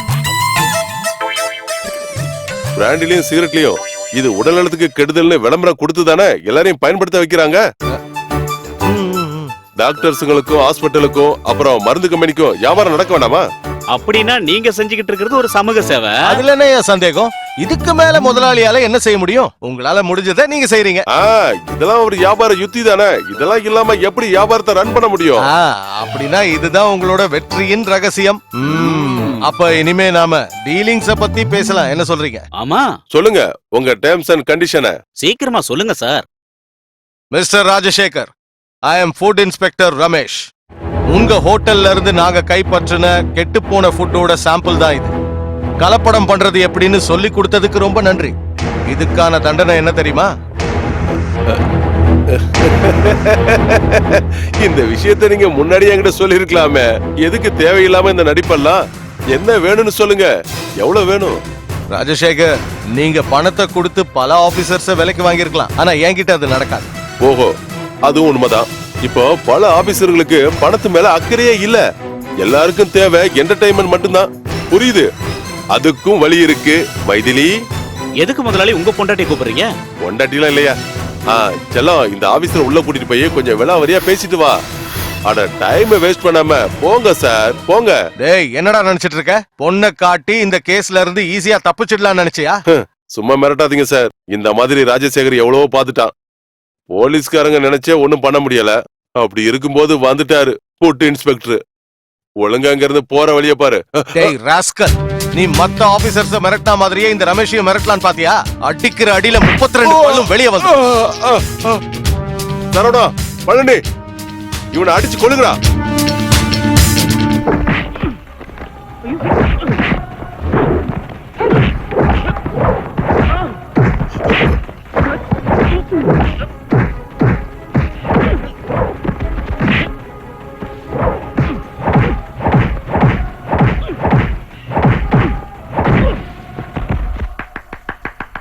உனக்கு இந்த சீன் பிடிக்கலையா?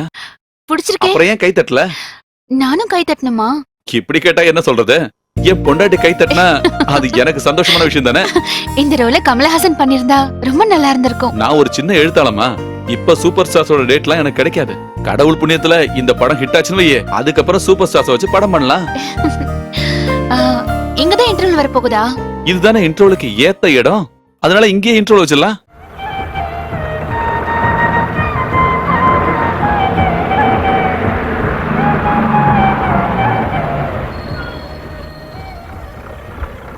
டீ குடிக்கிறவங்க எல்லாம் டீ குடிச்சிருங்க, 10 நிமிஷம் வண்டி நிற்கும். சிக்கன் குழம்பு ரொம்ப சூப்பரா இருந்துச்சு, நல்ல டேஸ்ட். எப்படி செஞ்சாங்கன்னு நான் கேட்டு வந்துருவா. நாளைக்கு காலையில ஊருக்கு போனோடனே ஏதாவது ஒரு ஹாஸ்பிட்டலுக்கு போயே ஆகணும். அதுக்கு உனக்கு வியாதி எதுவும் இல்லையா? எனக்கு இல்லடா, தின்றதே இப்ப உனக்கு ஒரு வியாதி மாதிரி ஆயிடுச்சு. அதை உடனே கண்ட்ரோல் பண்ணனா கண்டிப்பா பெரிய பிரச்சனை ஆயிடும். ஆமா, ஒரு நாளைக்கு 10 வேளை சாப்பிடுறது பெரிய வியாதி பாரு. திங்கிறதுக்கு வாங்கி கொடுத்துட்டு குத்தம் சொல்றதுல எனக்கு பிடிக்காது. நீ வண்டியில ஏறு. இவனுங்களாம் திங்க மாட்டாங்க, திங்கிறவங்கள பார்த்தா பொறாமப்படுவானுங்க. என்னண்ணா இப்படி அசந்து தூங்குறீங்க? கீழே போங்க, சிக்கனும் பரோட்டாவா இருக்கு. Okay okay. சார், உங்களுக்கு சாப்பிடறதுக்கு ஏதாவது வாங்கணுமா? போன் பண்ணிட்டு இருந்ததுனால தான் டிஸ்டர்ப் பண்ண வேண்டாம்னு நினைச்சு. நான் வரும்போதே சாப்பிட்டு தான் வந்தேன். Okay okay. உங்க ஸ்கிரிப்ட்ல இருக்கிற இன்டர்வல் பஞ்ச் பயங்கரமா இருந்துச்சு. Thank you sir. செகண்ட் ஹாஃப்ல என்ன பண்ணிருக்கீங்க? செகண்ட் ஹாஃபும் என் வாழ்க்கையும் ஒன்னா சேர்ந்து கடைசியில ஒரு ட்விஸ்ட்ல வந்து நிக்குது சார். புரியலையே. கதையில இருக்கிற மாதிரியே என் வாழ்க்கையிலயும் பல ட்விஸ்டுகள் நடந்துச்சு. நான் கதை எழுதிட்டு இருக்கும்போது ஒரு சந்தோஷமான செய்தியோட ரஃபீக் எங்க வீட்டுக்கு வந்தான்.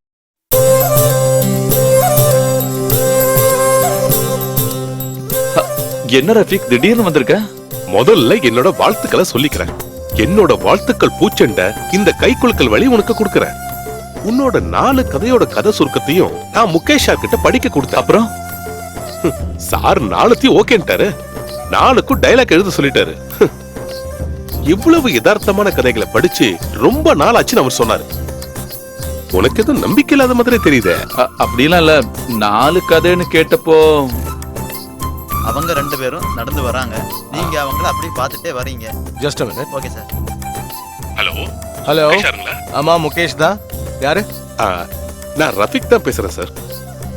என் ஃப்ரெண்டோட விஷயம் சொல்லிருந்தல, எழுத்தாளர். ஆமா, சதீஷ் தானே? நீங்க உண்மையிலேயே பெரிய ஆள் தான் சார். அந்த பேரை கூட மறக்கலையே.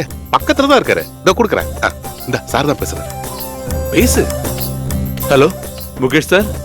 சதீஷ், கதையெல்லாம் எனக்கு ரொம்ப பிடிச்சு போச்சு. எல்லாமே வித்தியாசமா இருக்கு. Thank you sir. எவ்வளவு சீக்கிரம் முடியுமோ அவ்வளவு சீக்கிரம் வசனங்களையும் எழுதிருங்க. ப்ராஜெக்ட் எல்லாத்தையும் நானும் ரஃபீக்கும் சேர்ந்து பிளான் பண்ணிக்கிறோம். இதுக்கு உங்ககிட்ட எப்படி நன்றி சொல்றதுன்னு எனக்கு தெரியல சார். எதுக்கு? வித்தியாசமான கதைகளை வரவேற்றாதான் சினிமா நல்லா இருக்கும். இந்த காலத்துல வித்தியாசமான கதை இருந்தாதான் ஜனங்க படம் பாக்குறாங்க. எனக்கு நேரா வந்து உங்களை பார்த்தா நல்லா இருக்கும்னு தோணுது. ஒரு அப்பாயின்மெண்ட் கொடுத்தீங்கன்னா? அதுக்கு என்ன, எப்ப வேணாலும் வாங்க. போனை கொஞ்சம் ரஃபீக் கிட்ட கொடுங்க. கொடுக்குறேன் சார். சொல்லுங்க சார். நீ சதீஷை கூட்டிட்டு ஒரு நாள் இங்க வா, விளவரியா பேசிடுவோம். ஓகே சார், நான் நேர்ல வந்து பாக்குறேன். Okay okay. ட்ரீட் வைக்கணும். என்ன வேணும்? இந்த சூரிய இருக்கானே, அது சினிமால பாக்குற மாதிரி கருப்பெல்லாம் கிடையாது. என்ன மாதிரி வெள்ளையா தான் இருப்பான். வெள்ளையா இருக்கிறோம், அப்புறம் எப்படியா கருப்பா தெரியுமா? வெள்ளையா தெரிஞ்சா ஹீரோ உங்களுக்கு பிரச்சனையாச்சே.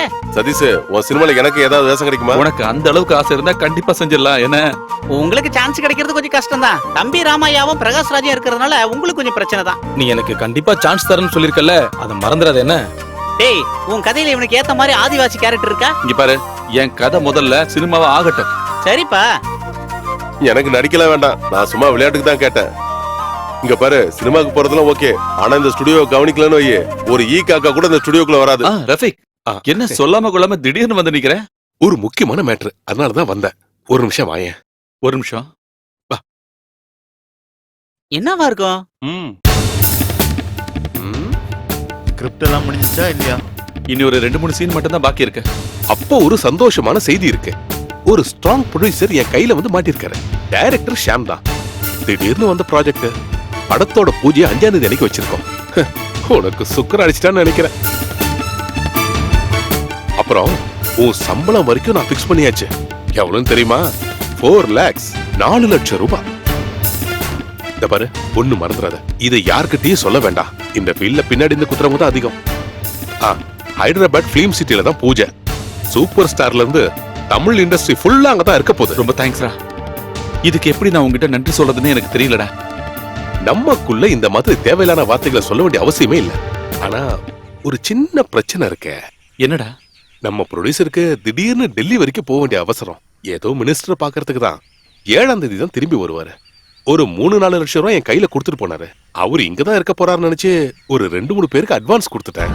இப்ப என்னடானா ஒரு சின்ன அமௌண்ட்டுக்கு ஷார்டேஜ் ஆயிடுச்சு. நான் இந்த விஷயத்த அவர்கிட்ட சொல்லும் போது எப்படியாவது அட்ஜஸ்ட் பண்ணிக்கோன்னு சொல்லிட்டாரு ப்ரொடியூசர். நான் எங்க இருந்து நான் கொடுக்கறது? எவ்வளவு ரூபாய் தேவைப்படும்? ஒரு 4 லட்சம் ரூபாய் அது தேவைப்படும். கார்த்திக்கும் சின்மையும் பாடணும்னா ஸ்பாட்ல பேமெண்ட் கொடுப்போம். இப்ப என்ன பண்றதுன்னு எனக்கு புரியலடா. 2 நாளைக்கு அட்ஜஸ்ட் பண்ற மாதிரி ஏதாவது வழி இருக்கா? இவ்வளவு பெரிய அமௌண்ட்ட நான் யார்கிட்ட போய் கேக்குறது? அதுவும் கரெக்ட் தான். பூஜையை மாத்தி வைக்கணும்னு சொன்னா அது அவசரம் ஆயிடும். அதுவும் இல்லாம நீ முதல்ல கதை வசனம் பண்ற படம். பூஜை நடக்காம போயிடுச்சுன்னா நீ ராசி இல்லாதவன இந்த இண்டஸ்ட்ரி பூரா பரவிடும். நீ கவலைப்படாத, கொஞ்சம் ட்ரை பண்ணி பாரு. நானும் பாக்குறேன். இது நடக்கலன்னா நம்ம தழி எடுத்து சரியில்லைன்னு நினைச்சுக்க வேண்டியதான். அப்புறம் கூப்பிடுறேன். ஹலோ, சார் அப்புறம் கூப்பிடுறேன் சார். டெல்லியில இருந்து ப்ரொடியூசர், நம்ம அப்புறம் பார்க்கலாம்.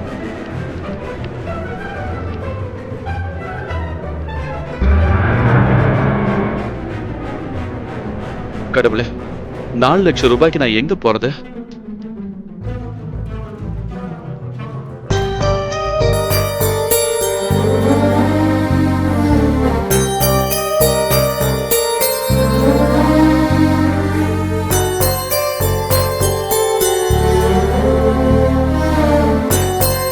என்னங்க என்ன யோசிச்சுட்டு இருக்கீங்க? இல்ல, ஒண்ணும் இல்ல. எனக்கு தெரியும், அந்த வின்சென்ட்டோட கடனை கொடுக்கிற வரைக்கும் உங்களுக்கு நிம்மதியே இருக்காது. அதானே? ஆமா, அதான் அதான். நான் ஒன்னு சொன்னா நீங்க கோபப்பட மாட்டீங்கல்ல? என்ன? ஒரு வீடு கட்டுறதுங்கிறது நம்ம நினைக்கிற மாதிரி சாதாரண விஷயம் இல்ல. விக்கிறது ரொம்ப ஈஸி தான். நீங்க ரொம்ப ஆசைப்பட்டு கட்டின வீடு, அதை விற்க வேண்டாங்க. இப்போ தங்கத்துக்கு நல்ல விலைங்க. என் நகை எல்லாத்தையும் வித்து அந்த வின்சென்ட்டோட வட்டி கடனை அடைச்சிடலாம்ல. பாக்கி பணத்துல ஒரு புது கேமராவும் வாங்கிடலாம். இந்த நகையை வித்து அந்த பணத்தை ரஃபிக்கிட்ட கொடுத்தா அந்த ப்ராஜெக்ட் கிடைக்கும். என்ன யோசிக்கிறீங்க? இல்ல, ஒண்ணும் இல்ல. உன்னோட அப்பா கிட்ட கேட்காம இந்த நகையெல்லாம் வித்தா? அதெல்லாம் பரவாயில்லங்க, வீட்டோட கடனை முடிக்க தானே. அப்படியே கேட்டாலும் பேங்க் லாக்கர்ல வச்சிருக்கோன்னு சொல்லிடலாம். அப்புறம் ஸ்கிரிப்டுக்கு 4 லட்சம் ரூபாய் சம்பளம் தரேன்னு சொல்லிருக்காங்க. சாங் ரெக்கார்டிங்கும் பூஜையெல்லாம் ரொம்ப பிரம்மாண்டமா நடத்த போறாங்க. விஜயும் அஜித்தும் எல்லாம் வராங்களாம்.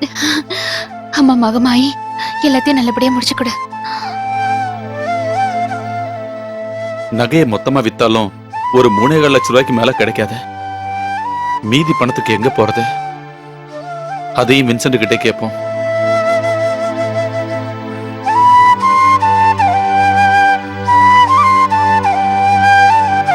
கடவுள் புண்ணியத்துல இந்த ப்ராஜெக்ட் ஜெயிச்சா எனக்கு கண்டிப்பா நிறைய ப்ராஜெக்ட்டுங்க வரும்.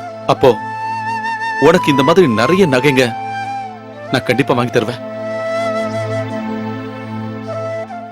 காசு தேவைப்படும் போது இந்த வின்சென்ட் வேணும், பணத்தை திருப்பி கேட்டா ஆளுங்களை கூட்டிட்டு வந்து மிரட்டுறானுங்க. ஆமா, தேவையில்லாம இப்ப அதெல்லாம் எதுக்கு பேசுறீங்க? அவனோட சுபாவம் தான் உங்களுக்கு தெரியும்ல. சரி, உன் வீட்டுக்கு இடத்துக்கும் சேர்த்து எவ்வளவு பணம் வேணும்? குறைஞ்சது ஒரு 10 லட்சமாவது கிடைக்கணுங்க. அதுவும் கரெக்ட். கிடைக்கும். அதிகமா போனா ஒரு 5 லட்சம் கிடைக்கும். 5 லட்சமா? டேய், அந்த பிரச்சனை வந்ததுக்கு அப்புறம் எதுக்கும் எந்த விலையும் இல்லடா. அந்த பிரச்சனையா? அந்த அமெரிக்காக்காரனோட ஒரு பிரச்சனை வந்ததே, என்னடா அது? பொருளாதார நெருக்கடி. அந்த நெருக்கடி தான். அந்த நெருக்கடியால நம்ம நாட்டுக்கு எந்த பாதிப்பும் இல்ல. யார் சொன்னது? புதுசா கல்யாணம் ஆன புருஷன் பொண்டாட்டி வரைக்கும் அந்த பிரச்சனையால பாதிக்கப்பட்டிருக்காங்க. இந்த பிரச்சனை வந்ததுல இருந்து எங்க முதலாளி அம்மா எந்திரிக்கிறதே காலையில 10 மணிக்கு தான். அது தெரியுமா உனக்கு? 10:30 மணி. அது உங்க பொண்டாட்டி எழுந்துக்கிறதுக்கும் இந்த பிசினஸுக்கும் என்னங்க சம்மந்தம் இருக்கு? சரி, அதெல்லாம் விடு. நீ நினைக்கிற மாதிரி அந்த வீட்டுக்கு 10 லட்சம் எல்லாம் கிடைக்காது, 5 லட்சம் தான் கிடைக்கும். அவசரமா கேக்குறதுனால இந்த அளவுக்கு குறைக்காதீங்க. என் நிலைமையை கொஞ்சம் புரிஞ்சுக்குங்க. இதுக்கு மேல எதுவும் பேச வேண்டாம். 6 லட்சம் ரூபானா எனக்கு சம்மதம். நீ என்னடா சொல்ற? நம்ம சதீஷ் தானே முதலாளி, கொடுங்க பாவம். சரி, இது எல்லாத்துலயும் கையெழுத்து போடு. நான் கையெழுத்து போட்டு கொடுத்த டாக்குமெண்ட்ஸ் எல்லாம் இங்க தானே இருக்கு முதலாளி. அப்ப இப்ப தரப்போற இந்த பணத்துக்கு யார் வந்து கையெழுத்து போடுவா? செத்து போன உங்க அப்பனா வந்து கையெழுத்து போடுவான். முதல்ல வாங்கின முதலும் வட்டியுமா சேர்த்து 3 லட்சம், மொத்தத்துல 4 லட்சம் ரூபாய். வீட்டுக்கும் இடத்துக்கும் நாம சொன்ன 6 லட்சம் ரூபாயில பாக்கி 2 லட்சம் ரூபாய் என்னைக்கு ரெஜிஸ்ட்ரேஷன் நடக்குதோ அன்னைக்கு உங்ககிட்ட கொடுத்துருவாங்க.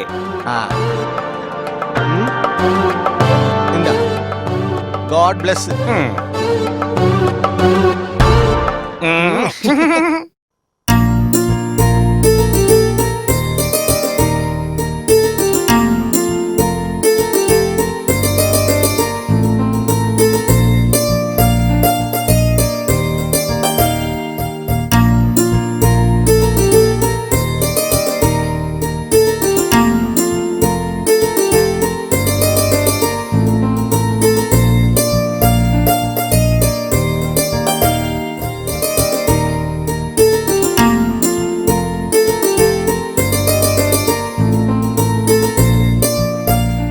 ஹலோ ரஃபிக். என்னடா, நான் சொன்ன விஷயம் நடக்குமா இல்லையா? ப்ரொடியூசர் கூப்பிட்டு இருந்தாரு, நான் மேனேஜ் பண்ணிக்கிறேன்னு சொல்லிட்டேன். நான் ஒருத்தர்கிட்ட பணத்தை கேட்டிருக்கேன். அவரோட பொண்ணோட கல்யாணத்துக்கு நகை வாங்குறதுக்காக வச்சிருக்க பணமா? 7ஆம் தேதி திரும்ப கொடுத்துறேன்னு நான் சத்தியம் பண்ணிருக்கேன். ப்ரொடியூசர் வந்துட்டாருன்னா பேங்க் வரைக்கும் போனாலே போதும். வேணும்னா அந்த 4 லட்சம் ரூபாய்க்கு ஒரு சின்னதா இன்ட்ரெஸ்ட் வாங்கி கொடுத்துறேன். அவரு நாளைக்கு காலையில பணத்தை கொடுத்துறேன்னு சொல்லிருக்காரு. கிடைச்சது நான் ஃபோன் பண்றேன். எங்க நான் வரணும்னு சொல்றியோ அந்த இடத்துக்கு நான் உடனே வந்துடுறேன். சரி சரி சரி, நாளைக்கு பார்க்கலாம். ஓகே.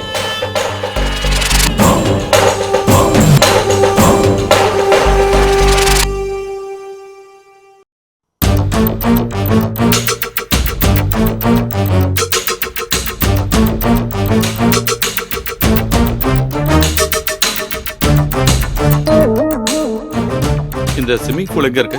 அதோ அங்க இருக்கு சார். தேங்க்ஸ்.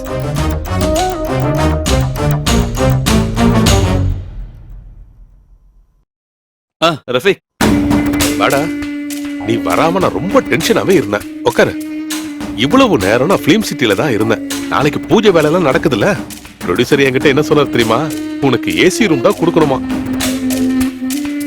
ஏசி ரூம்ல படுக்கிறதால உனக்கு சைடு எஃபெக்ட்லாம் வராதுல்ல. ஏசி எல்லாம் வேண்டாம்டா. இன்னையில இருந்து நீ ஏசி ரூம்ல தான் தங்கணும். ஏசி ரூம்ல படுக்கலன்னா சினிமால உன்னை யாரும் மதிக்க மாட்டானுங்க.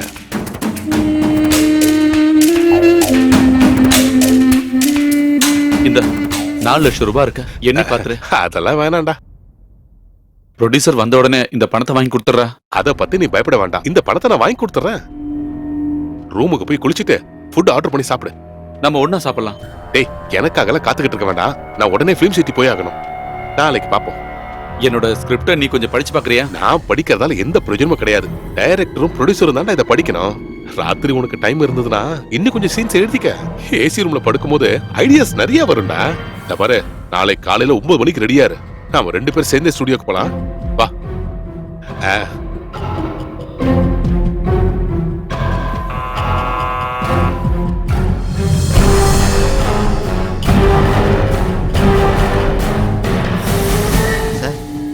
ரஃபீக் எழுந்திருச்சுட்டாரா? அவர் நேத்தே ரூம் வெக்கேட் பண்ணி போயிட்டாரு சார்.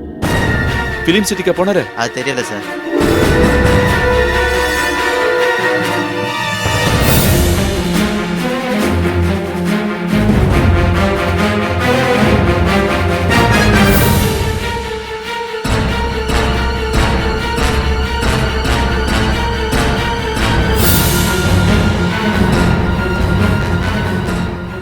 பிஐபிஸுங்கெல்லாம் வரதுனால ரொம்ப பிஸியா இருப்பான். அதனாலதான் போன் ஆஃப் பண்ணிருப்பான். எதுக்கு நம்ம கிளம்புவோம்.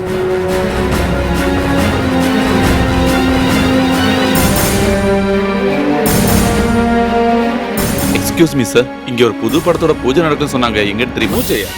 டைரக்டர் ஷாமோட புது படம். பூஜைக்கு யாரும் புக் பண்ணலையே. நீங்க இடம் மாதிரி வந்துட்டீங்கன்னு நினைக்கிறேன். பக்கத்துல ஒரு ஸ்டுடியோ இருக்கு, அங்க கேட்டு பாருங்க.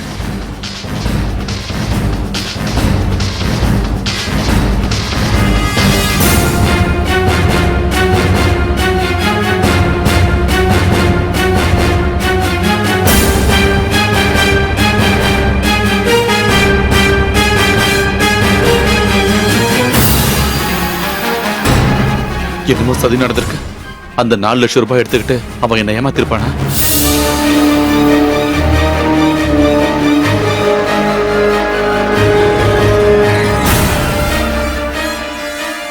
மே I come in? Yes, come in. Sir, bill 1315 ரூபாய். அப்ப ரஃபீக் இதுக்கு பணம்லாம் தரலையா? நீங்க பே பண்றதா அவர் சொன்னார் சார். கடவுளே, என் கையில வெறும் 1200 ரூபாய் மட்டும்தான் இருக்கு. ஊருக்கு திரும்ப போகணும்னா ஒரு 200 ரூபாய் தேவைப்படும். இங்க பாரு, ஒரு 215 ரூபாய் கம்மியா இருக்கு. ஒரு 2 நாளைக்குள்ள நானே இங்க கொண்டு தந்துடுறேன்னு சொல்லு. அது மேனேஜர் ஒத்துப்பாரான்னு தெரியல சார். அப்படின்னா அதுக்கு பதிலா என்னோட மோதிரம் இருக்கு, அதை கொடுத்துறேன், போதுமான்னு கேளு.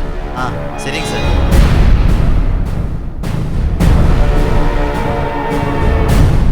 ஹலோ. என்னங்க, நான் தான். பூஜைலாம் எப்படி இருந்தது? அஜித்தும் விஜய் எல்லாம் வந்திருந்தாங்களா? அவங்க எல்லாரும் வந்திருந்தாங்க. நீங்க எல்லார்கிட்டயும் பேசுனீங்களா?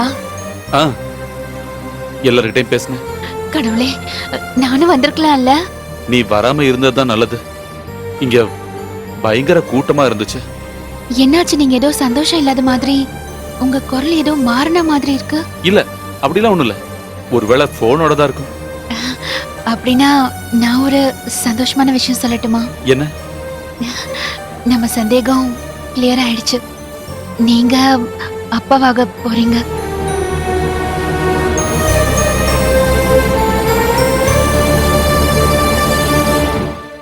என்னங்க எதுவும் பேச மாட்டீங்க?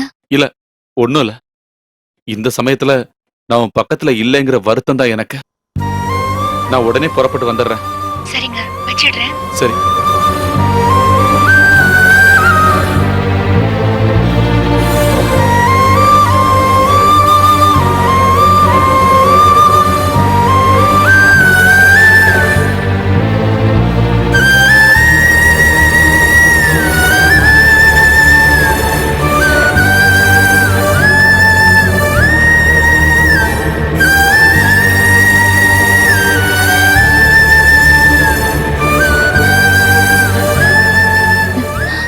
என்னங்க இவ்ளோ லேட்டா வரீங்க? வர வழியில ட்ரெயின் ஒரு இடத்துல நிறுத்திட்டாங்க. ஏதோ குட்ஸ் ஆக்சிடென்ட் ஆயிடுச்சாமா. 2 மணி நேரத்துக்கு அப்புறம் தான் ட்ரெயின் எங்கேருந்து கிளம்பிச்சு. என்னங்க சாப்பாடு எடுத்து வைக்கட்டுமா? வேண்டாம், நான் சாப்பிட்டேன். ரொம்ப டயர்டா இருக்கு. நான் கொஞ்சம் படுக்கிறேன். நீ ஏதாவது சாப்பிட்டியா? சாப்பிட்டேங்க. உங்களுக்காக வெயிட் பண்ணி பார்த்தேன். அப்புறம் பசிச்சுதா சாப்பிட்டுட்டேன். இந்த நேரத்துல பசியோட இருக்க கூடாதா? நான் தான் இப்போ தனி ஆள் இல்லையே. என்ன எதையாவது மறந்துட்டீங்களா? இல்ல. என்ன? நான் சந்தோஷமான செய்தி சொல்லியும் எனக்கு ஸ்வீட்ஸ் எதுவும் வாங்கிட்டு வரலையா? நான் வர வழியில வாங்கலாம்னு நினைச்சேன். ட்ரெயின் லேட் ஆயிடுச்சுல்ல, கடைங்கெல்லாம் மூடிட்டாங்க. நாளைக்கு காலைல வாங்கிடலாம். எனக்கு குடிக்க கொஞ்சம் தண்ணி எடுத்துட்டு வாயேன்.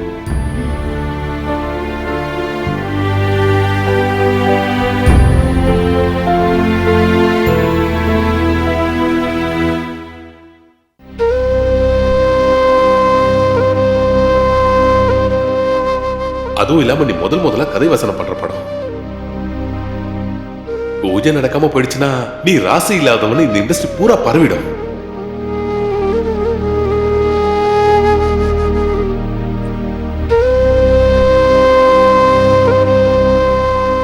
என்னங்க தண்ணி?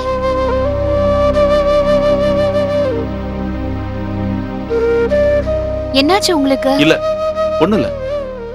ஒரு மாதிரியா இருக்கீங்களே. ரொம்ப டயர்டா இருக்கு. அந்த லைட் ஆஃப் பண்ணிட. ம்.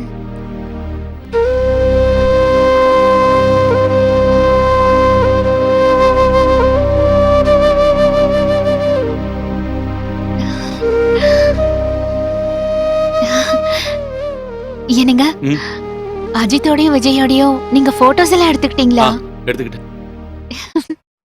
அந்த போட்டோவை நம்ம வீட்ல ஃப்ரேம் பண்ணி மாட்டி வைக்கணும். வைக்கலாம். என்னங்க அப்புறம் மத்த எந்த விஷயமா இருந்தாலும் நாளைக்கு காலையில பேசிக்கலாம். சரிங்க.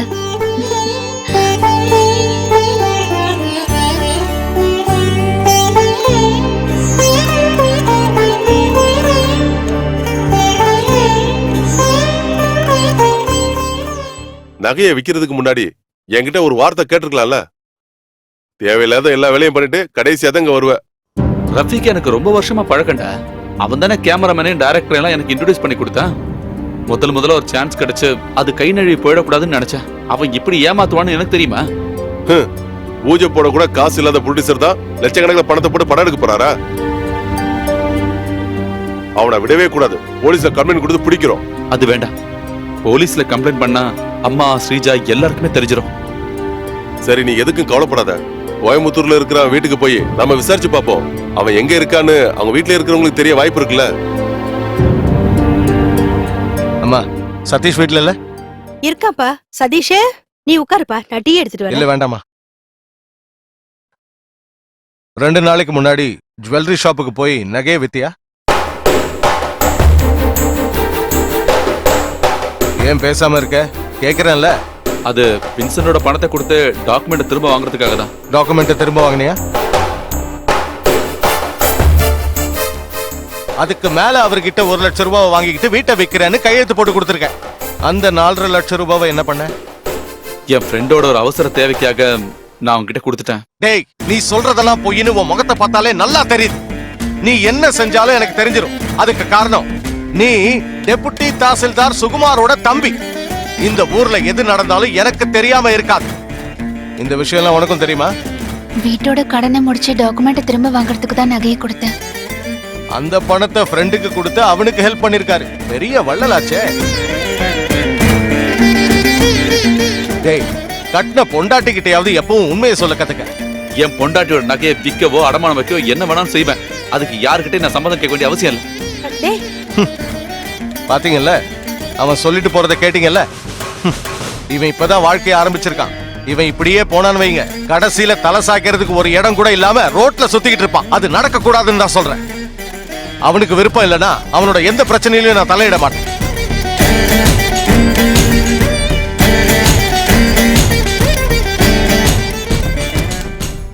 என்ன இங்க வந்து படுத்துட்டீங்க? நல்லது கெட்டது சொல்றதுக்கு உங்களுக்குன்னு ஒரு அண்ணன் இருக்காருல்ல, அதுவே ஒரு பெரிய அதிர்ஷ்டம் தான். இதுக்கு எதுக்கு வருத்தப்படுறீங்க? நண்பனுக்கு ஒரு ஆபத்து வரும்போது உதவி பண்றது எந்த தப்பும் இல்லைன்னு நான் சொல்லுவேன். ஆனா எனக்கு ஒரே ஒரு வருத்தம் தான், என்கிட்ட ஏன் நீங்க போய் சொன்னீங்க?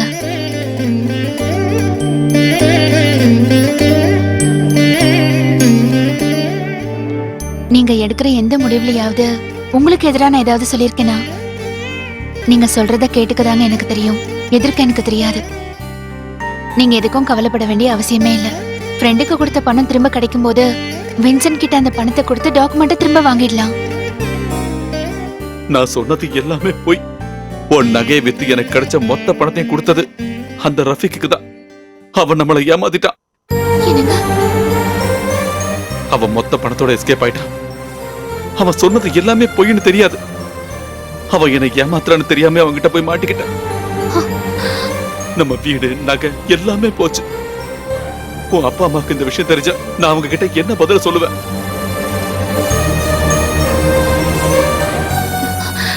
நீங்க தேவையில்லாம இந்த மாதிரி வருத்தப்படாதீங்க. நான் தங்கியிருந்த ஹோட்டலோட பில்ல கொடுக்க முடியாம என் கையில இருந்த மோதிரத்தை அவங்க கிட்ட அடமானமா வச்சுட்டு தான் வந்தேன்.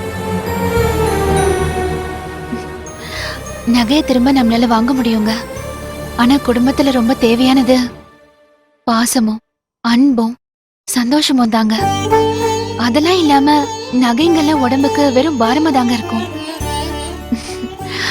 எனக்கு நகைங்களை விட அதிகமா தேவைப்படுறது உங்களோட பாசம் தாங்க.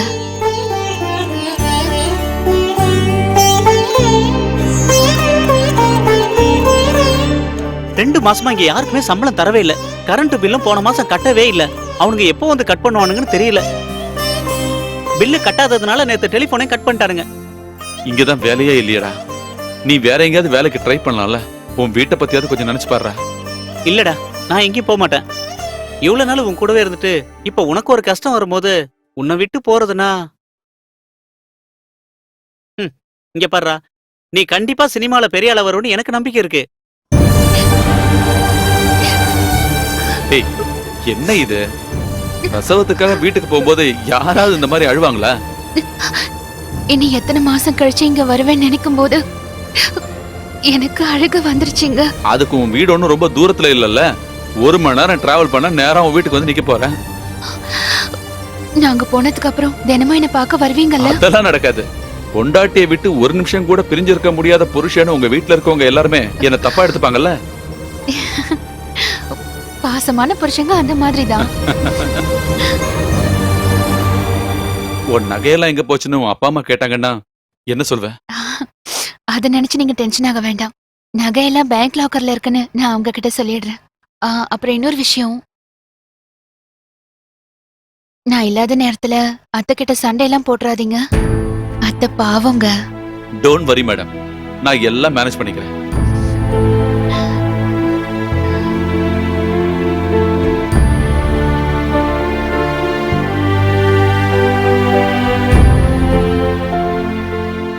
ஏமா என்ன இது? ஏன் இன்னும் நீ ரெடி ஆகலையா? இன்னுமா இதெல்லாத்தையும் பண்ணிட்டு இருக்க? சீக்கிரமா வா, ராகு காலத்துக்கு முன்னாடி நம்ம இங்க இருந்து கிளம்பி ஆகணும். இதோ இப்போ வந்துடுறேன்ப்பா. அட, என்னம்மா நகையெல்லாம் போடாம இருக்க? இல்லம்மா, வீட்டுக்கு தானே வரேன், இதுவே போதுமா? என்னம்மா இப்படி பேசிட்டு இருக்க? பிரசவத்துக்கு வீட்டுக்கு போகும்போது நகையெல்லாம் போட்டுட்டு போறது ஊரோட வழக்கம். போய் சீக்கிரம் போட்டு வா. அது பரவாயில்லப்பா. இவ எப்பவுமே இப்படிதான். எங்க இருக்குன்னு சொல்லி நான் எடுத்துட்டு வரேன். நகைங்க எல்லாத்தையும் பேங்க் லாக்கர்ல வச்சாச்சு. இன்னைக்கு உன்னை வீட்டுக்கு கூட்டிட்டு போற விஷயம் உனக்கு தெரியும்ல? மாப்பிள்ள எங்க? சீக்கிரமா போய் நகையெல்லாம் எடுத்துட்டு வர சொல்லு. மாப்பிள்ள. அப்பா வேண்டாம்ப்பா. ஏன், என்னாச்சு? விஷயம் என்னன்னு சொல்லு.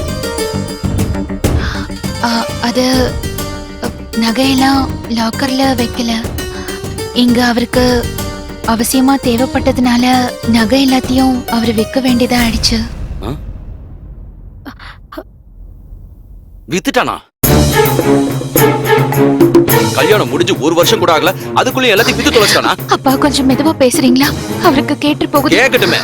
3-4 லட்சத்துக்கு நகையை வாங்கி போட்டு அமிச்சது இங்க இருக்கிற பிரச்சனையை தீக்கிறதுக்காக இல்ல. இப்படி எல்லாம் செய்யறதுக்கு முன்னாடி அவரும் ஒரு வார்த்தை கேட்கல. நீயாவது எங்க கிட்ட ஒரு வார்த்தை சொல்லிருக்கலாம்ல.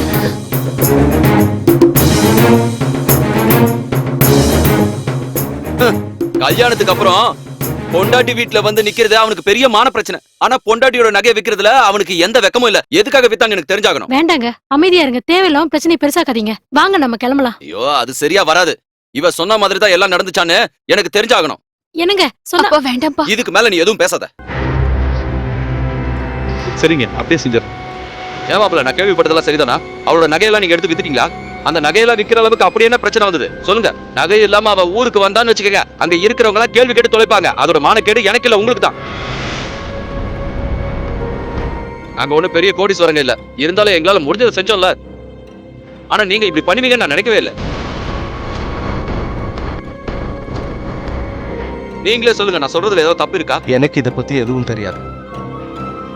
ஒண்ணு சொல்ற மாப்பிள்ள, பிரசவம் முடிஞ்சு அவ இங்க வரணும்னா நீங்க வித்த எல்லா நகைகளையும் வாங்கிட்டு வந்து அவளுக்கு போட்டாதான் நான் என் பொண்ணு உங்க கூட அனுப்புவேன். இப்படி எல்லாம் செய்வீங்க நீங்க கல்யாணத்துக்கு முன்னாடி சொல்லவே இல்லையே. இந்த பேச்சுக்கு மட்டும் குறையில்ல. பொண்டாட்டியோட நகையை வித்து தீபாவளி கொண்டாடுற பழக்கம் என் குடும்பத்துல யாருக்கும் இருந்ததே இல்ல.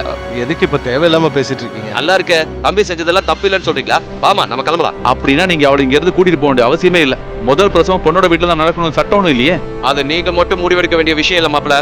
வாமா நம்ம கிளம்பலாம். இல்லப்பா, நான் வரல. நல்லா யோசிச்சுதான் சொல்றியா? இந்த விஷயத்துல அவரோட முடிவு என்னவோ அதுதான் ஏன் முடிவும். ஓஹோ, இந்த மாதிரி எந்த லட்சியம் இல்லாம ஊர் சுத்திட்டு இருக்கிற இவன் கூட நீ ரொம்ப நாளைக்கு வாழ்ந்துடலான்னு கனவு மட்டும் கண்டுடாத. ஞாபகத்துல வச்சுக்க. இதுக்கு நீ ரொம்பவே வருத்தப்படுவ. வா, வாங்க போலாம்.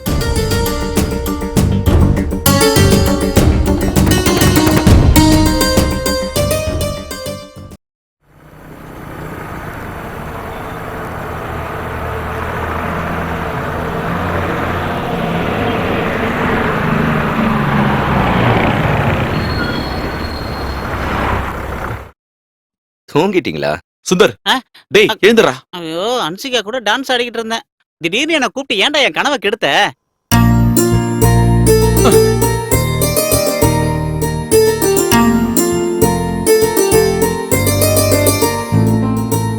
என் கார் வந்துடுச்சு, வாங்க.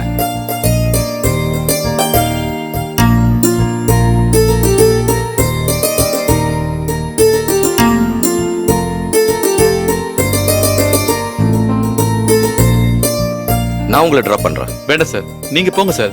நாங்க 2 பேரும் ஆட்டோல போய்க்கிறோம். உங்களை மீட் பண்ணதுல ரொம்ப சந்தோஷம். உங்க கதை கேட்டதுனால விடிஞ்சதே எனக்கு தெரியல. நேத்துக்கு ராத்திரி உங்களை பார்க்காம இருந்திருந்தா எங்க 2 பேரும் தீவிரவாதின்னு சொல்லி பெங்களூர் சிட்டி ஜெயில கம்பி எண்ணெய் வச்சிருப்பாங்க. நாம திரும்பவும் சந்திக்கிறோம், சந்திச்சே ஆகணும். உங்களுக்கு ஏதாவது தேவைப்பட்டா எனக்கு உடனே ஃபோன் தேங்க்யூ பண்ணுங்க. Sir. Always your meeting sir. Goal bless you. சரிங்க சார்.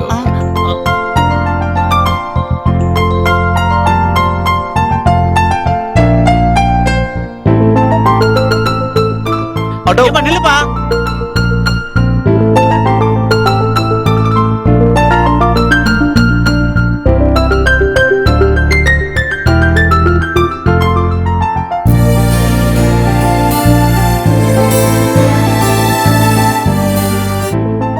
ஸ்ரீஜா, சதீஷ், அவங்க அங்க இல்லப்பா. காலையில பெயின் வந்துருச்சுன்னு ஸ்ரீஜாவை ஹாஸ்பிடல் கூட்டு போயிருக்காங்கப்பா. அம்மா ஸ்ரீஜா. சதீஷ், அவளை ஐசியூக்கு மாத்திட்டாங்க. என்ன? நீ வந்த உடனே டாக்டர் வந்து உன்னை பார்க்க சொன்னாரு. யூட்ரஸ்ல பிரச்சனை இருக்கு, நிறைய ப்ளீடிங் ஆயிட்டு இருக்கு. உடனடியா ஒரு ஆபரேஷன் பண்ணி ஆகணும்.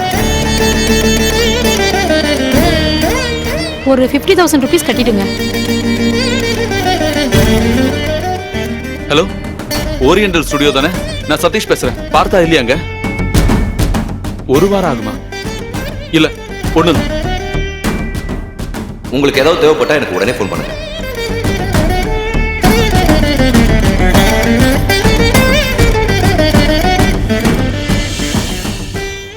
டேய், டேய் நில்றா நில்றா டேய் டேய் என்ன ஏமாத்தி என் பணத்தை எடுத்து போடா டேய் நில்றா நில்றா என்ன விடு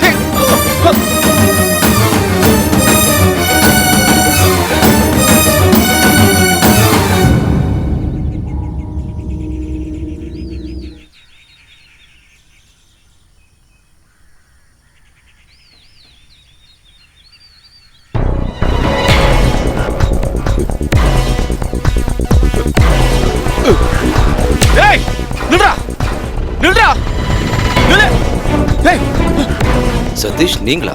சார் சார் அந்த ரஃபிக் நான் சொன்னல என் பணத்தெல்லாம் எடுத்து போயிட்டானே. Relax relax. ரஃபிக் இருங்க. வெயிட். உங்களுக்கு இப்படி நடந்ததுக்கெல்லாம் காரணம் ரஃபிக் இல்ல, நான் தான். சார் ஆமா சதீஷ், ஒரு கிரிட்டிக்கலான மூமெண்ட்ல என்னை காப்பாத்த தான் உங்ககிட்ட இருந்த அந்த 4 லட்சத்தை ரஃபிக் எனக்கு வாங்கி கொடுத்தான். நம்ப முடியல, அதுதான் உண்மை. 5-6 மாசத்துக்கு முன்னாடி நான் ஒரு படம் ப்ரொடியூஸ் பண்ணேன். அந்த படத்தை ரிலீஸ் பண்றதுக்காக எனக்கு கொஞ்சம் பணம் தேவைப்பட்டது. அன்னைக்கு என்னை காப்பாத்துறதுக்காக தான் ரஃபிக் இந்த மாதிரி நாடகம் ஆட வேண்டியதா போயிடுச்சு. அந்த படத்தை அன்னைக்கு டேட்ல ரிலீஸ் பண்ண முடியாம போயிருந்தா எனக்கு லட்சக்கணக்கில் நஷ்டமாயிருக்கும். தற்கொலை பண்ணியிருந்திருக்க வேண்டிய என்ன காப்பாத்தி என்ன கூட்டிட்டு வந்தது இந்த ரஃபிக் தான். இதனால ஏகப்பட்ட பிரச்சனைகளை நீங்க சந்திச்சிருப்பீங்கன்னு எங்களுக்கு தெரியும். நேத்து பஸ்ல நீங்க நடந்ததெல்லாம் என்கிட்ட சொல்லும் போது அந்த கதையில வரவில்லை நான் தான் தெரிஞ்சும் உங்ககிட்ட உண்மையை சொல்லாம இருந்தது இதுக்கு ஒரு பரிகாரம் பண்ணணும்னு மனசுல நினைச்சதுனாலதான். ரஃபிக் சார், மனசுல கெட்ட எண்ணம் இல்லாதவன் தான் ரஃபிக். அவனை பத்தி நீங்க தப்பா நினைக்க வேண்டாம்.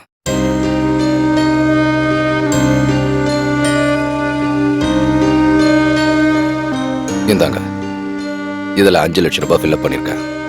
4 லட்சம் ரூபாய் உங்களுக்கு தர வேண்டியது, மீதி 1 லட்சம் ரூபாய் என் புது படத்துக்கு ஸ்கிரிப்ட் எழுதுறதுக்கான அட்வான்ஸ். உங்க திறமையை பத்தி ரஃபிக்கு மட்டும் இல்ல, எனக்கும் நல்லா தெரியும். வாங்கிக்கங்க. தை மாசம் 1ஆம் தேதி புது படத்துக்கான பூஜை. இங்க பாருங்க, இது டூப்ளிகேட் பூஜை இல்ல, ஒரிஜினல். நீங்க கொடுத்த இந்த பணத்தால என் குடும்பமே. சார் சதீஷ். ரொம்ப தேங்க்ஸ்.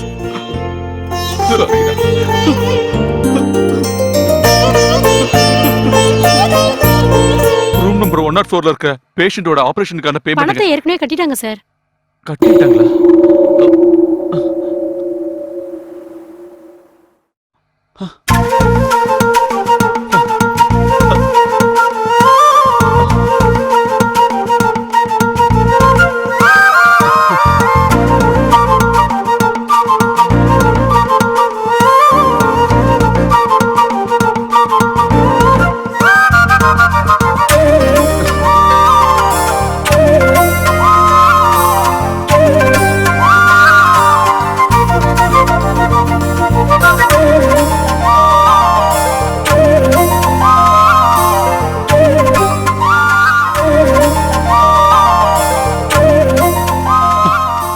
அண்ணா, நம்ம கஷ்டம் எல்லாம் தீர்ந்து போச்சு.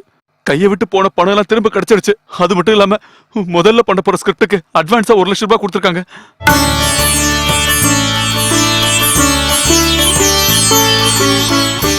நான் இது வரைக்கும் திட்டினது எல்லாமே நீ நல்லா வரணுங்கிறதுக்காக மட்டும்தான். என் தம்பி பெரிய ஆளா வருவான்னு எனக்கு முன்னாடியே தெரியும். டேய், நீ ஆசைப்பட்ட மாதிரியே நீ ஒரு பெரிய திரைக்கதையாளரா வரணும்னு இங்க எல்லாருக்கும் ஆசைடா.